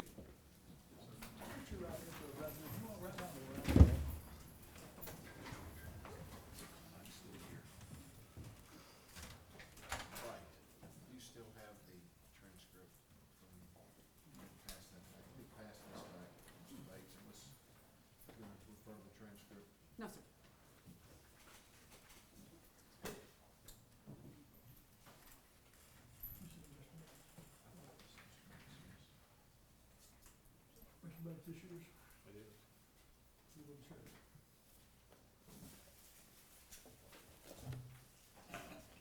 Myra, Yes, sir. cross-examination. Thank you. Judge Nichols, when did you start in the district attorney's office in Shelby County? 1991. And in your course of years there,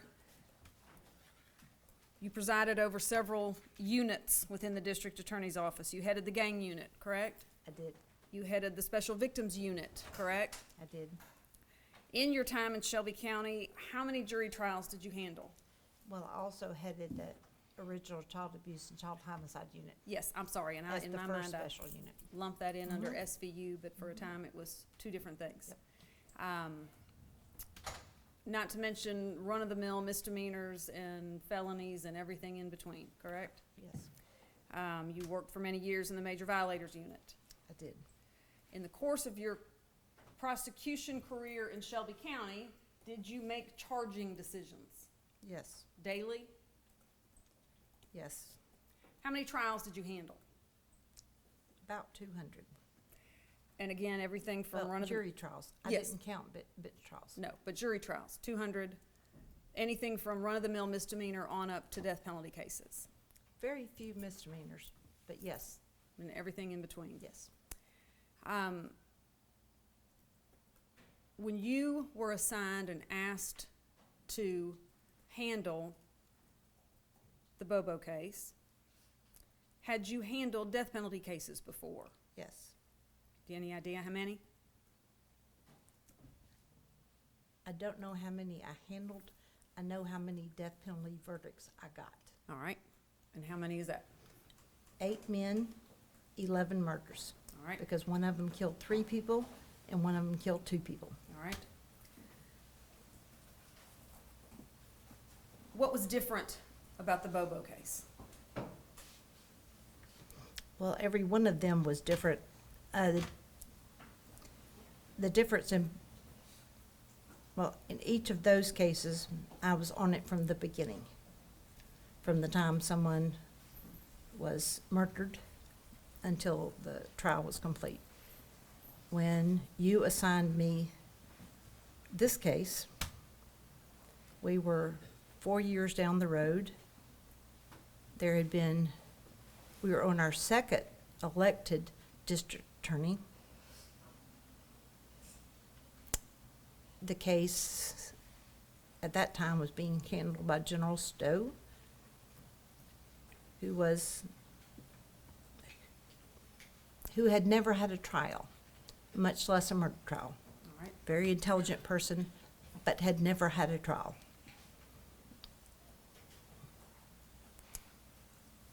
I had so much catch up to do. how big was the file, if you know, when you first came onto the case? I remember being told that it was close to 4 terabytes, which meant nothing to me. And then they would tell me it was like 250,000 pieces of paper. There were over 3,000 investigative reports. At that time, we started printing them. I had 30 5-inch, those big ones, 5-inch binders. And I'm not sure we got through them. So paper-wise, it was certainly more to get through. That was different. As you worked through the case and worked with your prosecution team and the defense team, at some point, a decision was made to give the defense attorneys everything. Every document, everything that the state of Tennessee had. I made that decision All right. Do you remember when you made that decision, or at early. what point? I don't remember the time. Early. And was part of that decision made because of the exculpatory information surrounding Terry Britt? Or some other dude did it, the investigation into Terry Britt could be viewed as, was that part of what contributed to that decision? Of course.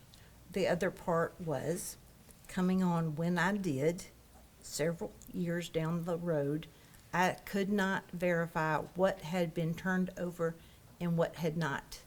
So we went back to the beginning. Shook the slate clean. Literally went to the beginning. And a person was hired to download and copy so that I knew that the defense had everything that the state had. And in this case, was it unusual that they had a mirror image of what you had. In other words, you didn't change the formats or change what anything looked like. You just gave them everything you had, and as things came in, they got a duplicate copy of it, correct? That's correct. Was it unusual for defense attorneys to ask for copies of things that they'd already been given and then ask for another copy of it? Only one attorney did that, All right, and who was that? Jennifer Thompson. Okay.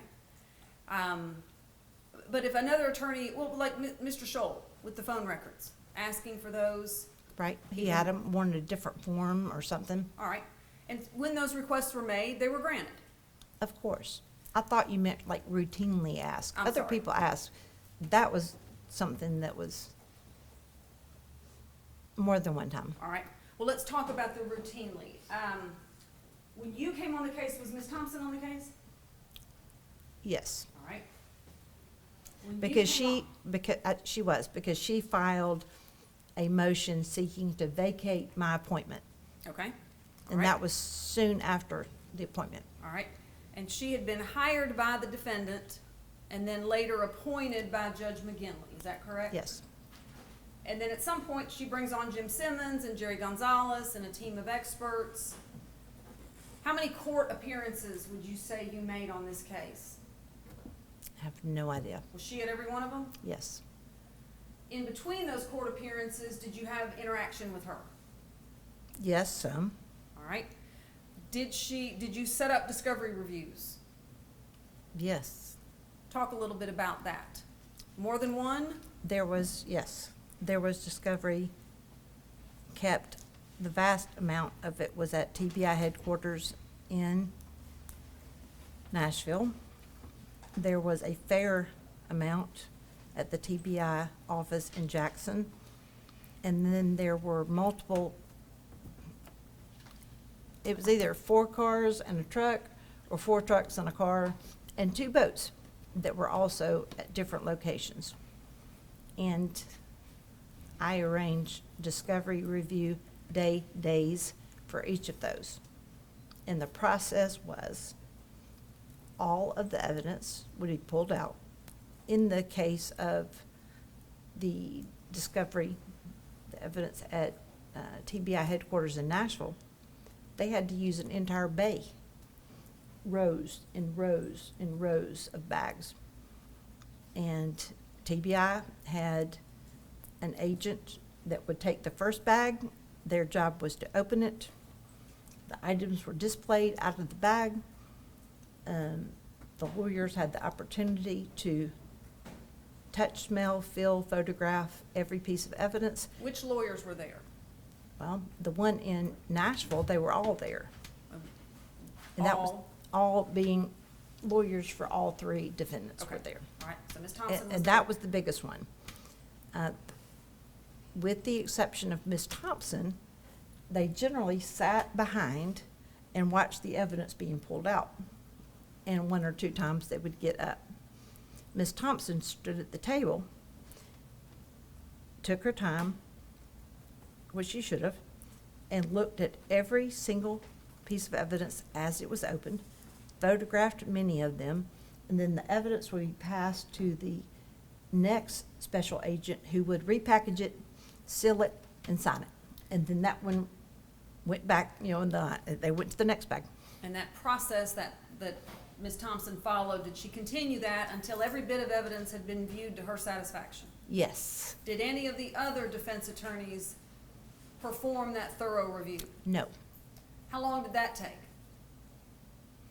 I don't remember how many days. I know that a couple of other defense attorneys passed, just decided they weren't going to come to the, one of them at least. They were frustrated at how slow it was going. It was slow, but no one rushed. Every bag was opened.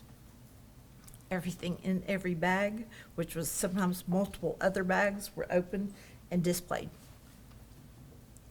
Would you say that by the time the trial rolled around, or when did you first realize how familiar Ms. Thompson was with this voluminous case file? I don't remember when I first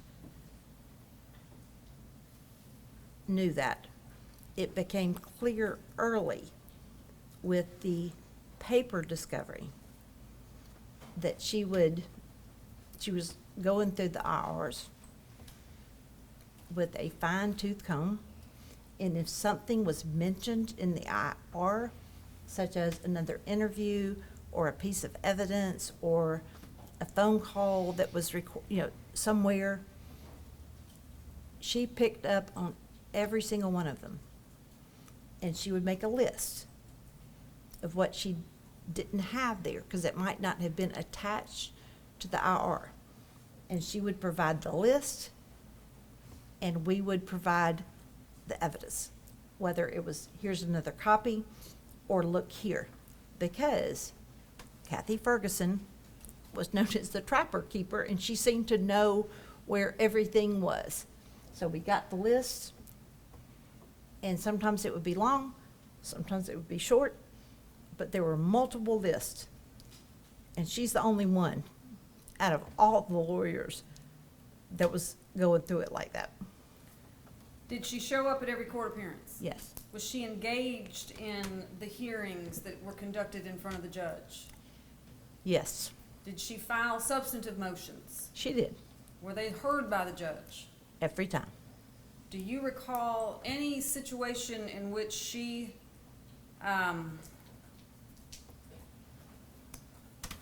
asked for something from Judge McGinley besides a continuance or something that was not based in the law that wasn't granted to her in terms of resources, extra help, extra hands? No, Did she seem to have a strategy, a defense? from the beginning. And had you ever had a case in your years of experience before this in which the lead investigative agency had a case agent who believed strongly in the guilt of one particular person to the exclusion of any and all other suspects? I had never had that happen. Had you ever had a case before this in which a defense attorney called to the stand a TBI agent or any other law enforcement agency to say, I think somebody else did this besides the people on trial here? No, I had one other case where I had to be recused as the prosecutor because a police officer said something to me that was Brady.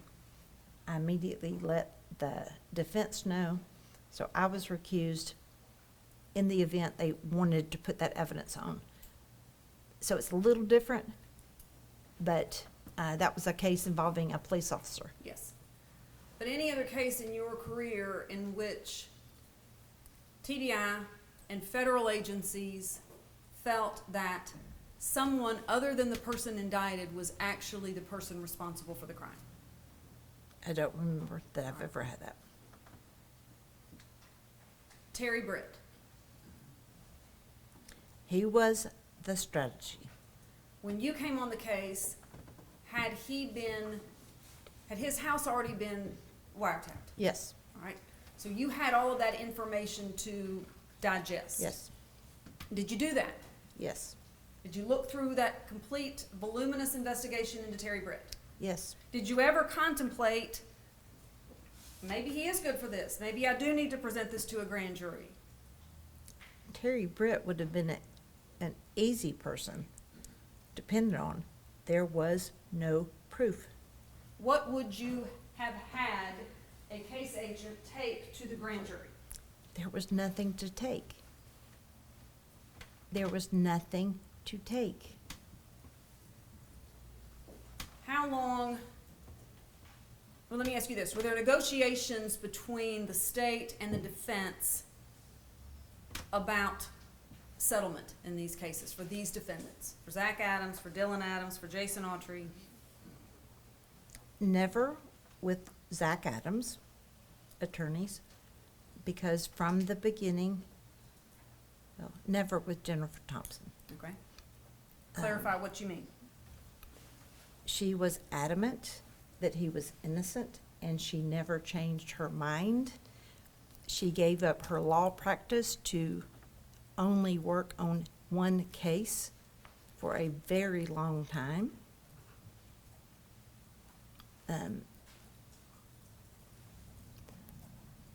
She was relentless. Is that a word to Yes, use? yes. What about the attorneys for, or Mr. Maddox, who represented Dylan Adams? Did you have conversations with him about did. settlement? I did. And as I said during my direct, it didn't go very far because the statement he gave was going to be his statement. And there were too many holes and things that didn't match what we knew. Mhm. And so those talks stopped.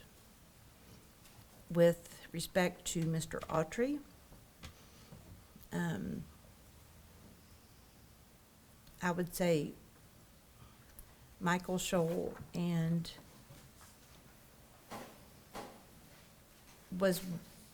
he and Bruno and Max, they all had a lot of experience. He kept it closer to the vest, whether any discussions, whether we were gonna talk. He came on it, after I was on it, and I was not surprised that he was in the mode of getting up to speed. He's somebody that is always gonna consider the options. I had seen him do that in other cases. There was never a situation where he said, my client is not going to cooperate.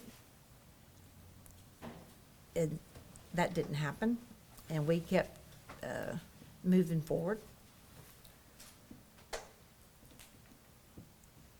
Was the first time you met Jason Autry at the proffer, other than seeing him in court? Yes, And that proffer took place in Shelby County or somewhere else? Shelby County. All right. You'd interviewed co-defendants before that time. Yes. How's a proffer different from a co-defendant interview? Well, in a proffer, the state has evidence. You're notified that somebody wants to talk to you. Their attorney is not, at least in my experience, not leading it. It's basically, like push a button. Who asked the questions?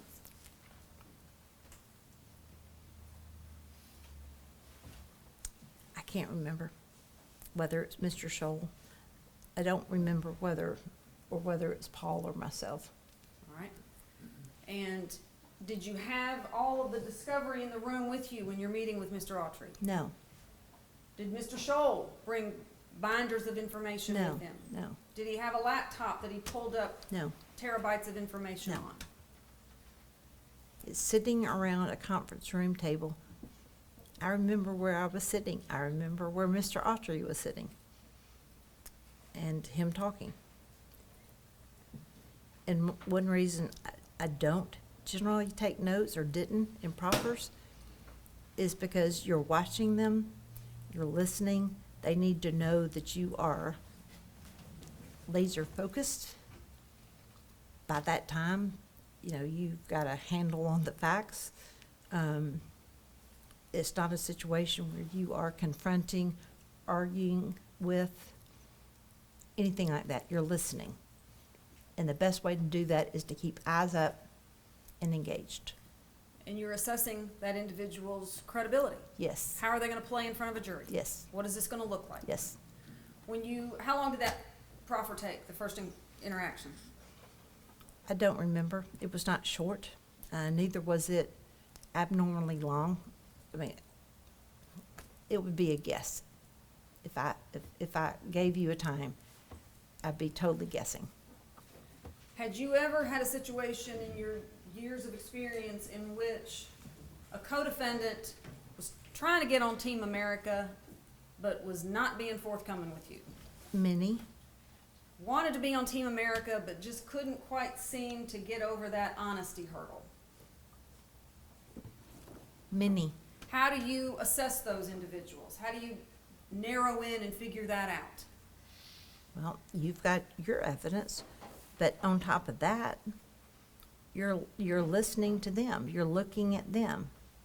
I mean, just like you judge the credibility of anybody who testifies or anybody before you. I mean, we all do it every day, all day. You listen to somebody, they are judging your credibility as they speak, and you're doing that to the person that's offering a proffer. And if you had gotten any sense in that proffer that Jason Autry was regurgitating information or selling you some party line or, I don't know, repeating things that he read in a news article, you could walk away, right? And have many times. Many times before. You were prepared to go to trial on Zach Adams. Yes. And after you completed Zach Adams' trial, who was going to be tried next? Did you know? After Zach Adams? Yes. I don't know that we had nailed it down. Probably would have been Autry, All right. but I don't know. But ultimately, all three have been indicted. Correct. All three have pled not guilty in front of the judge. And unless and until the state of Tennessee null processes the charges or they plead guilty, the only other door to go through is a jury trial, correct? Correct. The state of Tennessee was not about to null process these charges, We were not. and no firm settlement had been reached on either Mr. Autry or Mr. Dylan Adams. Absolutely not. Okay. Did the case against Zach Adams get stronger after you talked to Jason Autry? Yes. How so? There were pieces, there were holes that he filled in. You know, things that that we could not have known without one of them talking to us. There's so many, but an example of that would be, you know, what happened that afternoon when they were at Shane's trailer. Who was doing what and who was saying what. Is it unusual that times didn't match? No, Were these individuals who were all lawfully employed no, and kept calendars? No. Is it fair to say that their days were spent ingesting drugs, getting off of drugs, and finding their next high? yes, Day bleeding into night, night date bleeding into day? yes, Did you tell Jason Autry what to say? no, Was Mr. Scholl feeding him information? no, Sitting here today, are there still unanswered questions about the last moments of Holly Bobo's life on earth? of course. In fact, it's not unusual for prosecutors to tell victims' families, to tell juries, we're not going to be able to answer all the questions, correct? It was part of a pretty routine practice of mine to tell them that. You give the jury as much information as you can, but you're not going to be able to answer all of their questions. You're never going to be able to answer all of the family's questions, and you're not going to be able to fill in some of your own. Such as? Well,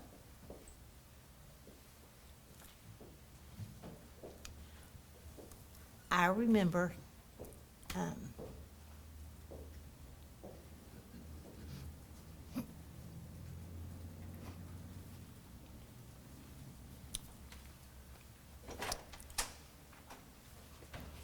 Karen Bobo saying, Holly would have fought. I remember it like it was yesterday, but we don't know.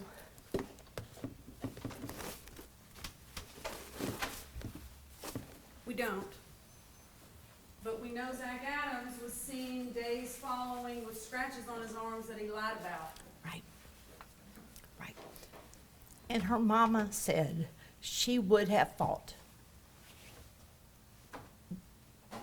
His scratches that he tried to blame on something else was the only proof we had to that. She knew it because she knew her daughter. And he bore the results of that. He lied Pure- about it. He said he got it running from the police in Henderson County. Right, That was run to the ground and found to be a lie. it was. And then a few months later, he tells law enforcement, oh yeah, wait, I got him moving some marijuana plants, I forgot that. There were several different versions. None of them were true. They appeared that day.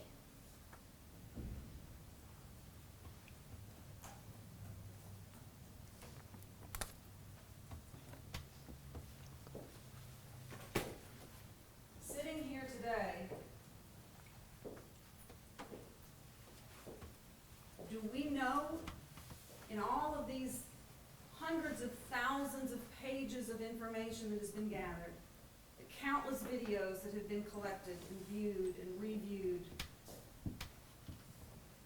was there any witness that testified or came forward and said, I saw Zach Adams at this place at between 8 and 10 o'clock in the morning on April 13th, 2011. There is no way he could have been raping, murdering, and kidnapping Holly Bobo because I saw him. Anybody? Well, they tried to alibi themselves in the beginning, The co-defendants. the co-defendants, but, so co-defendants said that about one another. Right. Let's talk about that. As prosecutors, and you've testified to this, we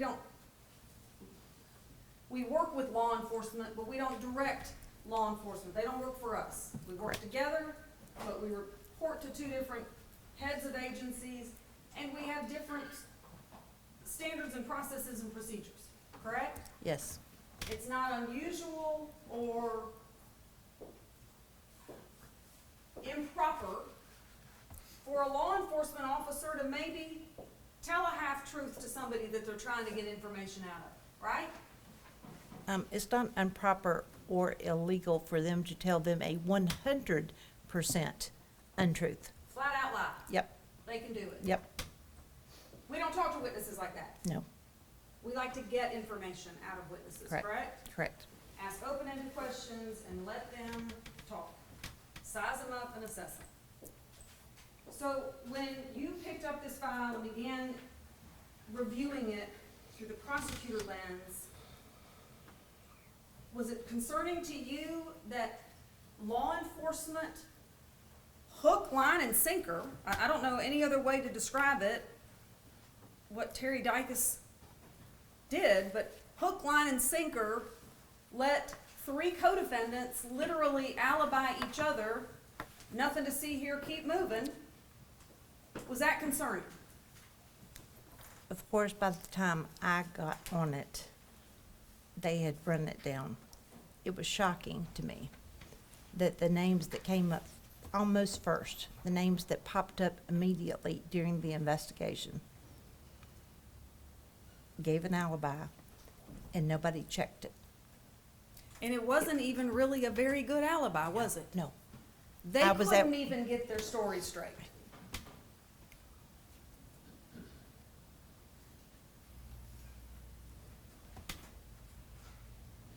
Did you meet with Terry Britt? I did How many times? one Where was that? Lake County prison. I don't know the name of it. It's in the northwest. Did you go visit him there? I did, Take somebody with you from TDI? yes, Did you actually go in the middle of the trial? I did. Jennifer Thompson was going to call him as a witness, wasn't she? She was. Did you know that? He was on, she didn't give us a witness list, but because that was her strategy, I assumed, he was on ours as a potential, but we had not decided to call him. You went and talked to him, I did. and then you made the decision to do what? Put him on right in the middle, like the next day or the day after. I think it was the next day.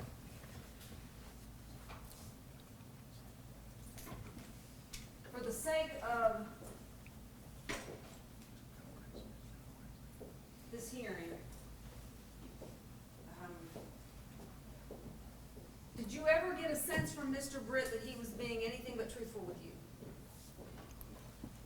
No, but What about his confession to Johnny Walker?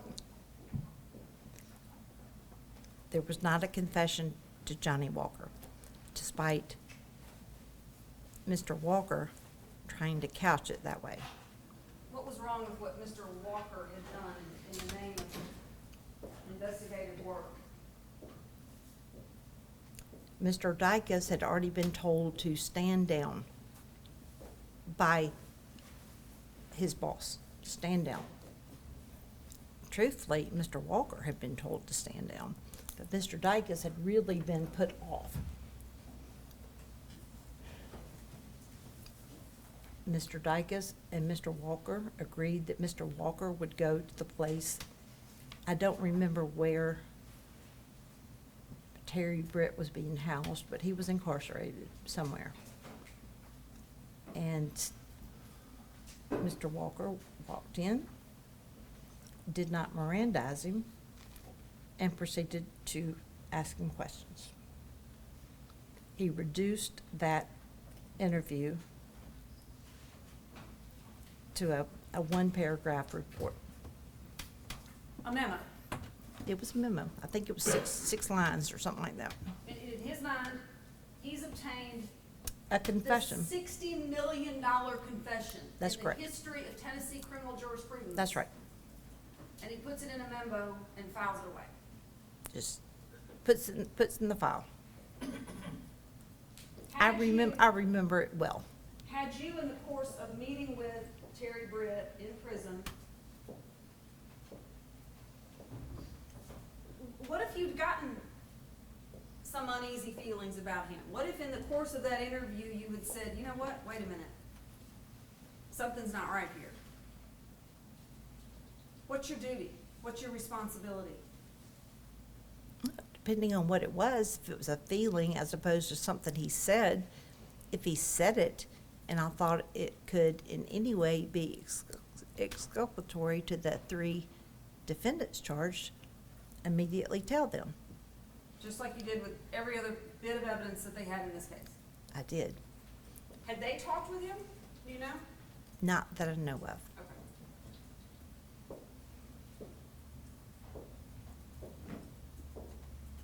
He seemed, I can tell you this, he seemed unaware that he was fixing to be transported to this courthouse and put on the stand once we rested our case. He seemed unaware. He testified in front of the jury. He did. They heard it all. They did. They heard over 60-plus witnesses, correct? How many I'm sorry. You good? Yep. Over 60-some witnesses. How many witnesses did the defense call? You remember? More than a handful. I can't tell you. 10? I don't know. I'm guessing. And the judge instructed the jury on credibility, on how to assess, on how to do their job, correct? Yes. Take the law, take the evidence, use your common sense, wrap it all together, and come back. They were out 2 days, right? They were out a long time. Deliberating, thinking. Felt like a long time. Yep.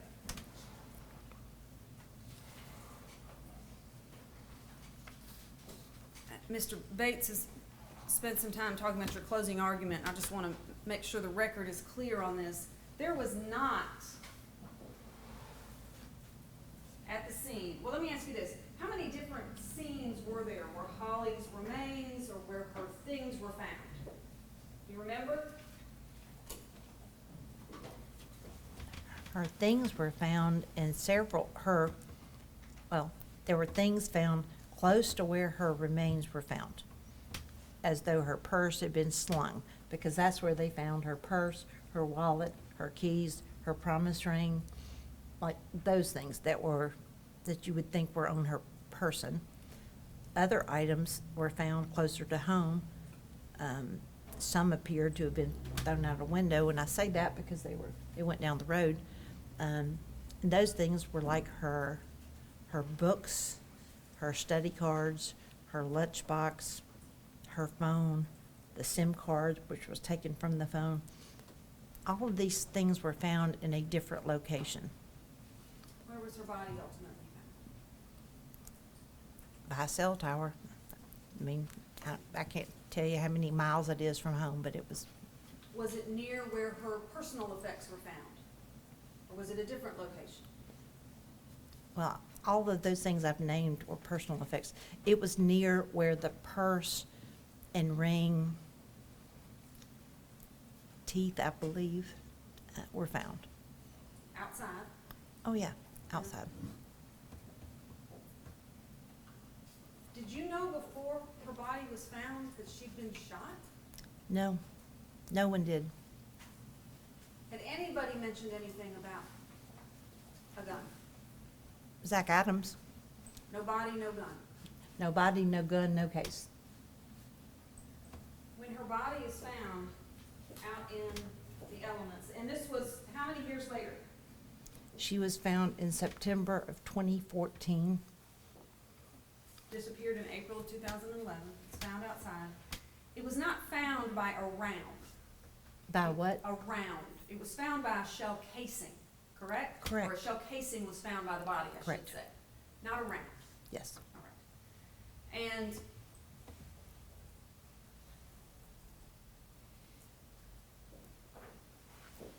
any and all evidence that was collected out there, TBI did what forensic testing they could do to it after having been out in the elements for as long as it had been, correct? They did.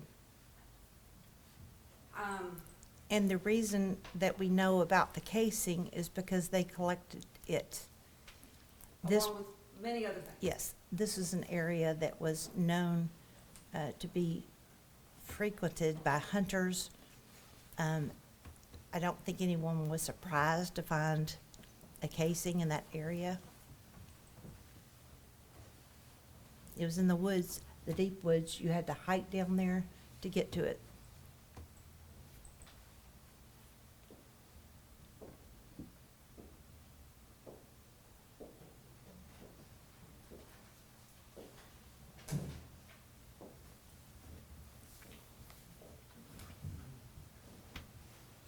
So your experience as a prosecutor and now as a judge, people's memories get better or worse as time goes by? Worse.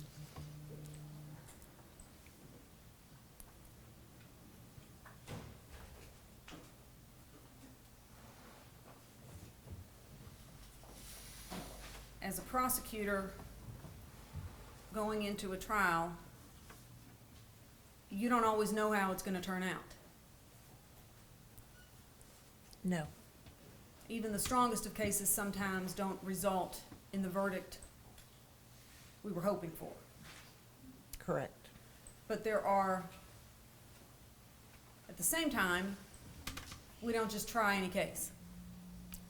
Far from it. We don't just submit any case to a grand jury. No.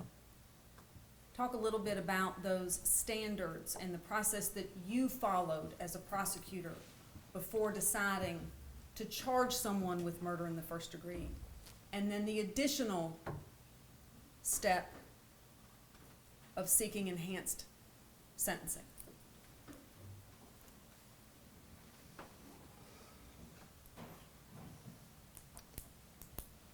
When a case is presented to the grand jury, it requires that you have probable cause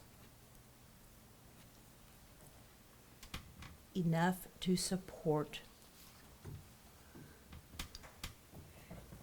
guilty beyond a reasonable doubt of the elements of the crime that's submitted to the grand jury. many, many, many cases over the years. I thought somebody did it. It seemed like somebody did it. It didn't matter. You did not put those before the grand jury. And I can't,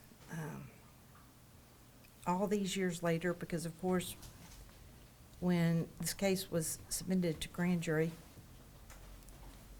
I mean, I cannot sit here and list item by item the things, evidence that we had against all three. If I had the right IRs in front of me, I probably could. But I've not looked at those. I didn't ask for those. But what I know 100% is, and from the beginning, you better not put it in there, and you better not stand in front of a jury unless you have enough evidence that a rational trier of fact could find that person guilty of that offense beyond a reasonable doubt.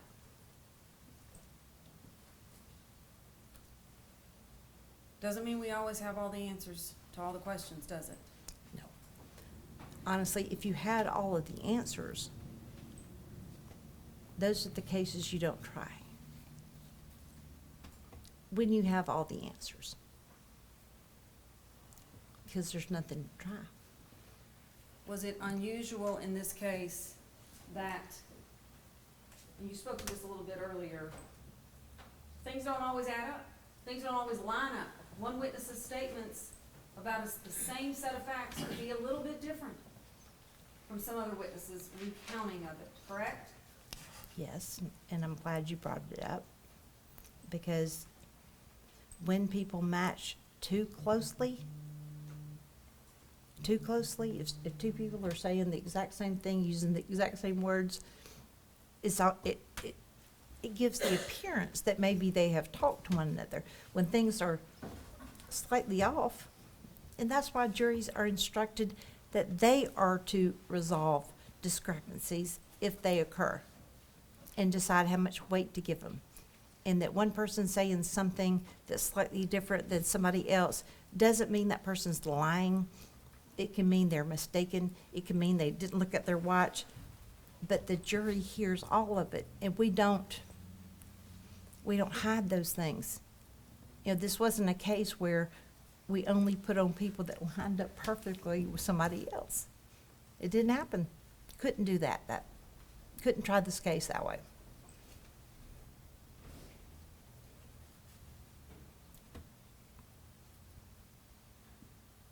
Did Jennifer Thompson do an effective job at trial? Jennifer Thompson knew this case better than any other person involved. I'm ashamed to say she knew it better than me, but she did. And I know that because she would reference a particular IR that I was clueless about and be talking about something minute that she had picked up that helped her case.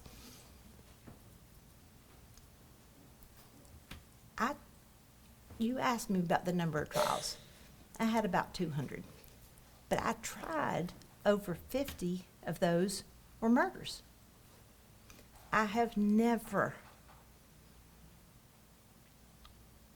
and there have been some really great defense lawyers, but I've never had someone that doggedly determined to track down every single thing that could be tracked down, and she did it. None of the lawyers who were witnesses to the evidence review day, we weren't surprised at how long it took, because that's the way she had been the entire time on this case. So to answer your question, yes, she was effective. She had a strategy. She stuck to it. a strategy doesn't have to be a good one, but hers was. Hers was, because she had Terry Dykes, the original case agent, who had zeroed in on Terry Britt. So there was that ally. And there were a couple of other people, there was like a little trio of them, who never looked at anyone else. Just decided it was Britt and stopped there. And it's interesting because when this trial was over, one of the first texts I got was Dykes saying he was so glad that his testimony didn't derail and keep the Bobos from getting the closure they needed. I think it's relevant. Objection is hearsay. Yes, sir. I think it's relevant given the questioning and the accusations of prosecutorial misconduct and ineffective assistance of counsel and everything else that Mr. Bates has been putting proof on for the last 6 months. Mr. Bates wants to Hold on, read it. hold on. So it's asserted for the truth of the matter. No, it's not.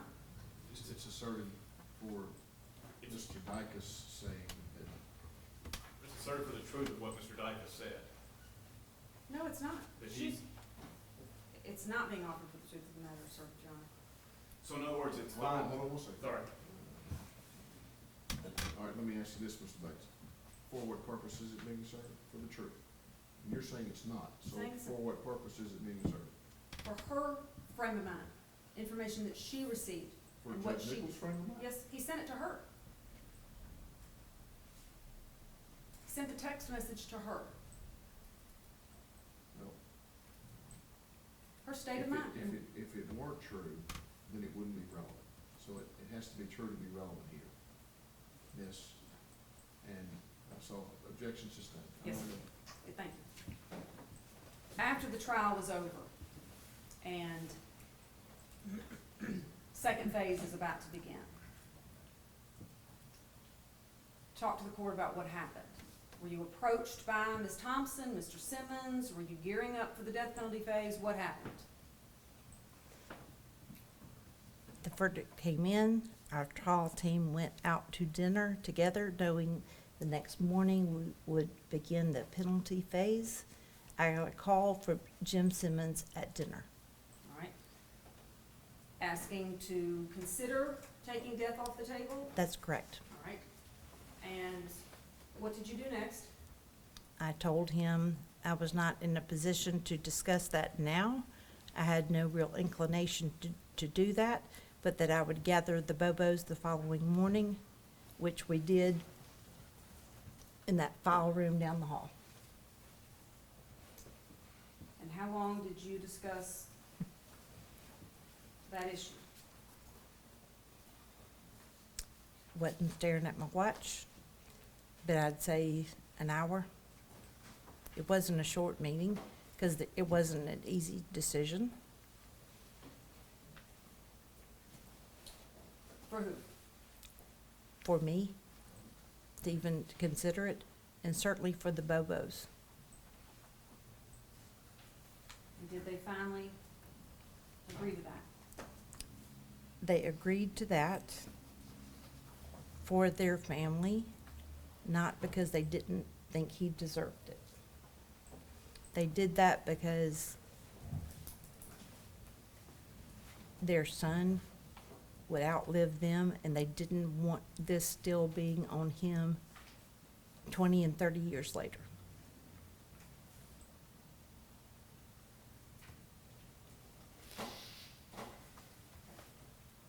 So his defense team kept him off death row. They did. And in fact, Ms. Thompson asked you if she could thank the family, correct? The verdicts were in. I walked back between the center aisle. I remember hugging, well, we prayed. A lot of us prayed. And then I was talking to Karen Bobo. Miss Thompson approached close, looked at me and said, "May I speak to her?" And I looked at her being Karen Bobo, who nodded. And then Ms. Thompson thanked her for saving the life of her client. That's all I have now. Mr. Bates? You mentioned Matt Stowe was not a experienced trial attorney. Is that correct? That's what I was told. Do you have any knowledge of how it came to be that he recused himself from this case? I'm not the person to ask because I wasn't present when that was done. He would be the better person to answer that. I know there was friction between him and local law enforcement and state law enforcement. I think, You aware if anyone in TBI tried to get him removed from the case? no, You said that I don't know about that. you provided open file discovery for, and am I correct, you knew there was exculpatory information, so it's just easier to say, here's everything. I don't agree with that. What did you testify to just now about why you did open file discovery? Ms. Wyrick asked me whether I took into consideration that there could be evidence in there that someone would find exculpatory, whether it was or whether it wasn't, because that's what we generally try and turn over, because you don't know for sure what everybody's thinking. But what I added, she was asking a leading question, of course, that was something we considered, but the thing that concerned me the most when I came on is because discovery had been like coming out from the state, and I didn't know what they had and what they didn't have. So I developed a system. I made them all bring hard drives and additional hard drives, and I would put in a letter to each of them, here is this, and it contains this. And I hand delivered it. Now sign here. And they would sign as receiving that piece. Okay.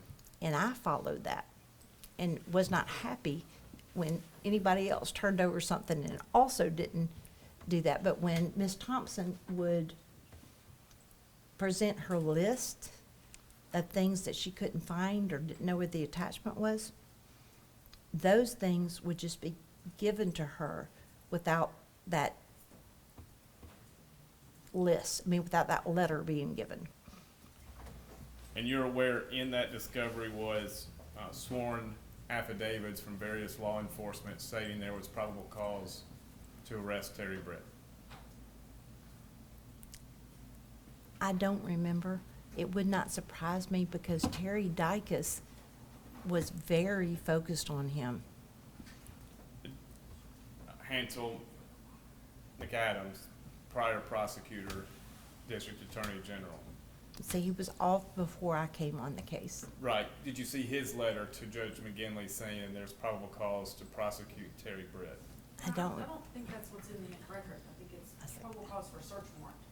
yeah, I was Not like, for I arrest, don't not for remember. prosecution, search warrant. Mr. Bates, I believe that's an accurate reflection. It was maybe an affidavit or letter. Or is it a search letter warrant. about a search warrant? Sir, Is it a letter? perhaps, but it was all relative to a search warrant, not for arrest or prosecution. To answer your question though, Mr. Bates. Let's Oh, clarify this oh, first. I was like, no, wasn't aware.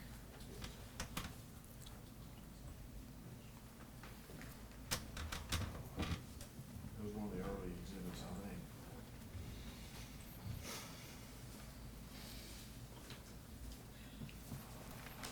But, Mr. Bates, let's let her answer the question. Okay. If we need to go back to it, we will. Do you remember a letter from the prior district attorney general regarding probable cause regarding Mr. Britt? Well, that's a different question. Your question was probable cause to charge or arrest Mr. Britt. No, I don't. And as for any other letter from Hansel McAdams, I do not remember seeing it.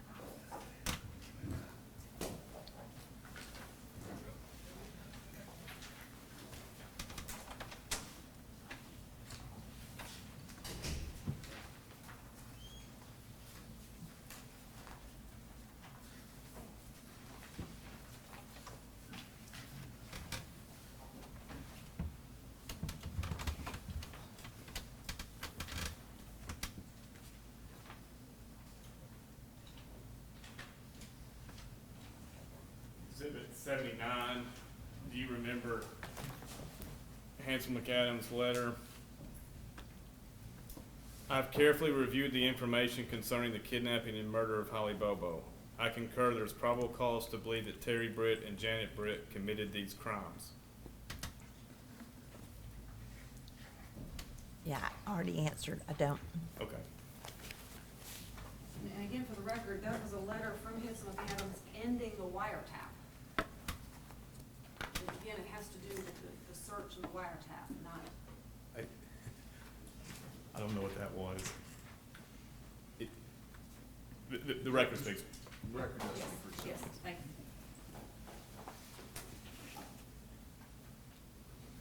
Did you complain about the manner in which Ms. Thompson wanted to review the evidence to Judge McGinley? No. I don't remember that. You don't remember a motion hearing where Where I complained to the judge? Ms. Thompson complained of how it was happening, and you said, well, the other attorneys are fine with it? Well, the scenario you just laid out is completely different than your question. You said, did I complain to the judge? I didn't complain to the judge. And in response, you attacked what Ms. Thompson was asking for. That's a strong word, attacked. If that, Criticized. if it's in the record and there were court reporters at all, I have no recollection, but if I said it, it's recorded. Do you recall complaining about Ms. Thompson recording Me? meetings? Oh, yeah, Okay. yes. What unethical or illegal act was she doing by recording conversations she's a part of? Okay, so the answer to the question is yes, I complained. I found it unethical that we were sitting in a TBI office where undercover officers were coming in and out all of the time, and she was recording without people's knowledge, both audio and there were some contraptions. She was apparently like recording us. I was shocked. I know today it's a different day. Maybe, I mean, social media is bigger and all that, but at the time, the idea that Jennifer Thompson had this secret pen and she was like recording everything that we said was shocking to me. What rule of Okay, conduct? I don't have the rules in front of me, so how about if I just say, I don't know, I didn't like it? No, it'd take me, you need to spend 2 hours looking at that? You tell me what, you complained to Judge McGinley. I don't remember There's the complaining. rules of conduct. I don't think I complained to Judge McGinley. You didn't complain to Judge? I said, I don't remember, I don't think I did. You don't remember. I said, I don't remember. I mean, asking me again, asking me louder is not gonna change it. What I said is, You've answered the question, thank you. Judge Nichols. You were asked there was no evidence of anyone who saw Mr. Adams except for the people who alibied him, correct? wait a minute, I'm sorry, I was still thinking about, Fair. so, what did you say? You were asked in cross that there was no evidence of people who saw Mr. Adams that morning. That wasn't exactly what the question was. Do you have any explanation for why Mr. Adams' phone calls were taking place in different cell sectors than where Holly's phone was prior to 8:56 a.m.? No. Other than, we don't know if Holly was with her phone. You stated in your motion, in one of your motions, that you were not aware of any exculpatory evidence. I don't remember reading one of my motions. You're talking about the motion that Mr. Ragland filed and Well, signed? it's correct, state's Okay. motions. Do you just disagree there was exculpatory evidence in the file? No, because I don't know what they find to be exculpatory. We never do.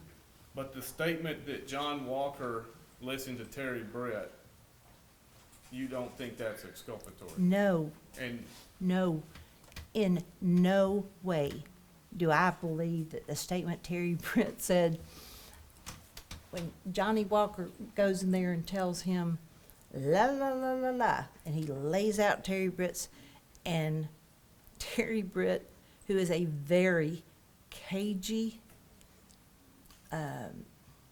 not unintelligent person, says to him, "You got it all figured out, don't you?" And goes from there. It was not a confession. And Mr. Bates, you and everyone else knows it's not, because of what even he didn't think it was a confession. He didn't do anything with it. He didn't come back and tell TBI, "Hey, I got a confession." He didn't.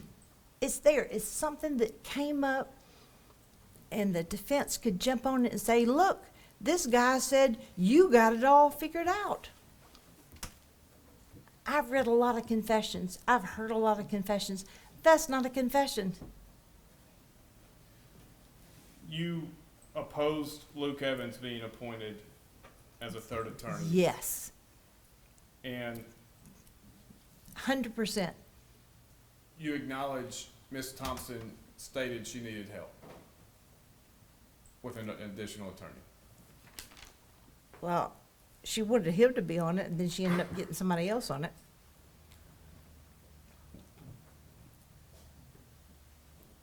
You said that where the remains were found, there were hunters back there.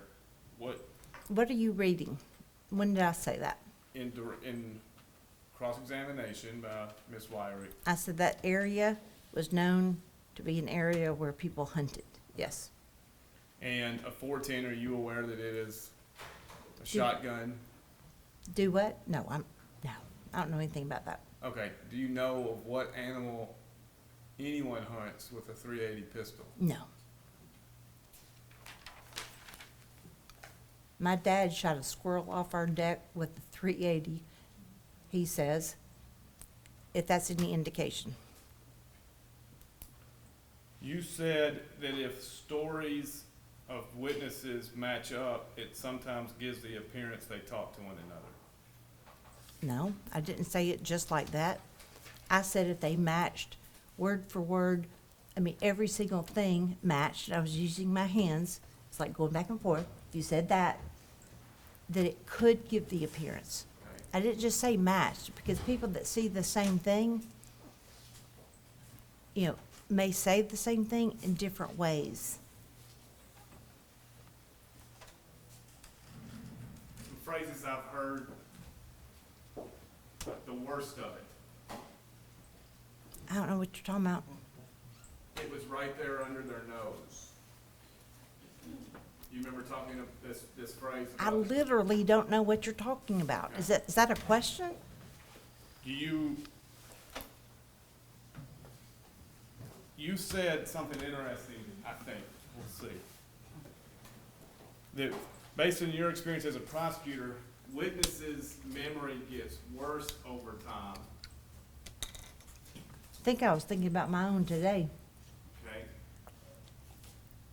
Well, what do you make of your witnesses who denied certain things as soon as they were asked about it? Like Victor Dinsmore. Okay. And then his testimony changed over time to match what other witnesses were gonna say. So you want to know what I think about it? Well, you were asked about it. So I'm asking you, Yeah. is that the question? What do I Does that think? concern you? Okay, well, your question was, what do I think about it? Yeah.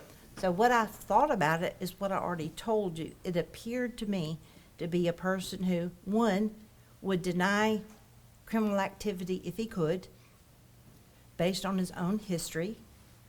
An example of that is not owning up to, at least at one point, like buying and selling drugs. I thought he was a person who, by his own admission, was doing a whole lot of drugs during that time period. He said meth, I think it was morphine, I don't know what else, he was doing a lot of drugs. And I think he's a person that when confronted with something, that his memory was jogged. 6 years later. Was it 6 years? Huh, Well, 2017. I mean, Let me guess, you don't remember. Do you recall the informant? can I object to the, can I object to that? I mean, is that professional? I'm just curious. It says smooth along, Mr. Bates. Do you recall the informants and how their testimony matched up with shared phrases? I don't even know what you're talking about. Shared phrases and an informant. You'll have to give me more. You don't. You don't recall the informants from jail and how some of their phraseology. Okay, are you talking about your client and the statements he made? Oh, yeah, I remember that very well. You wanna know what I think about that? Well, according to your analysis, it could give the appearance it was shared information. Could be, could be. Okay. But you know why it wasn't? Because they were in different locations, didn't know one another. There was one instance where he was bragging about, you gotta kill a bitch to get a $2 million bond. That was overheard by a couple of people. And both of them reported it. They didn't know one another, but they reported it. So that didn't surprise me. And the interesting part is they still phrased it a little differently. The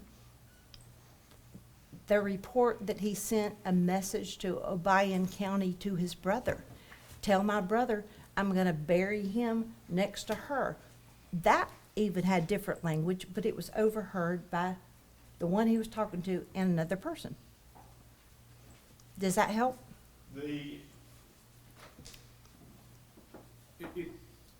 Why do you remember that so well, but you don't the cell phone records? Oh, because those were my witnesses, a lot of them. Okay. Yeah, there's a really good reason for that.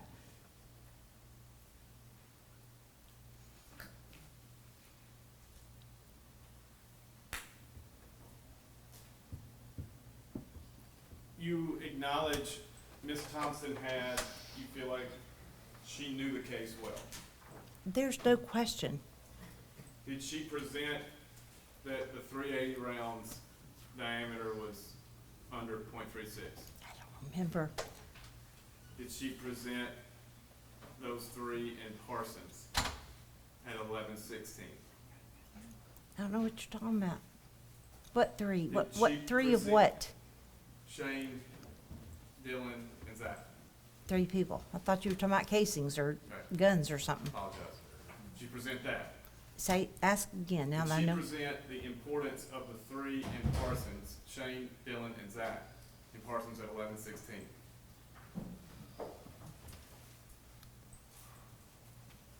I honestly can't remember. I mean, Mr. Bates, you had the transcript, so this testing my memory is not gonna help you. I don't remember. But if it's in the transcript, she did. If it's not in there, she didn't. Did she present the May 2017 conversation between Brent Booth and Victor Dinsmore? And then the next day, on May 8th? I'm gonna have to give you the same answer. We need to look at the transcript. And the transcript shows you cross-examined, I'm sorry, on your response, you objected to that evidence coming in, correct? I think I just said I don't remember. Very well. have any memory regarding Terry Brett's alibi being proven false? No, in fact, his alibi was proven correct. He had 2 receipts. He had a receipt from a place where he bought a bathtub insert. And he had another receipt, maybe from a gas station or a convenience store. And what I also remember is that the bathtub insert that when they got to his house, it was in his truck. It was there. So here's the receipt saying where he was, and look, and there's what he was buying. Explain the phrase bacon alibi. I can't. You don't know what it is? No. How many years did you work with Miss Lyra? Well, we began working together in 1991. I stayed there until 2003. I left for 6 years while my daughter was in middle school and high school. And then I came back in 2009, and she was still there. And I worked there until I was appointed to the bench by Governor Haslam in January of 2018. That phrase has never been used. I'm not going to say that. I said I don't know what it means. Okay. Have you ever used it? Vacant, Bake an alibi. bake, Bake an alibi. no. Bake? Yes. I thought you said vacant the first Vacant. time, but I don't know either one. All right.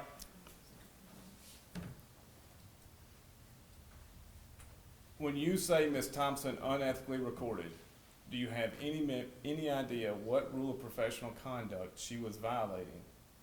No. All right. I may have my green book back. Just being dishonest with us. Being dishonest. Yeah. How was that dishonest? Because we were in a meeting where I think, generally in these kinds of cases, that you believe you can talk to the other side freely and not record. Like I never would have recorded anything she said, would have never used anything she said, you know, in a situation like that. Did she ever say she wasn't recording? No, she didn't walk in and say, I'm not recording. She did turn off her magic pen, though. She said. Any of my questions? Ms. Lowry? No, sir. All right, Judge Nichols, thank you for your testimony. You step down, free to leave.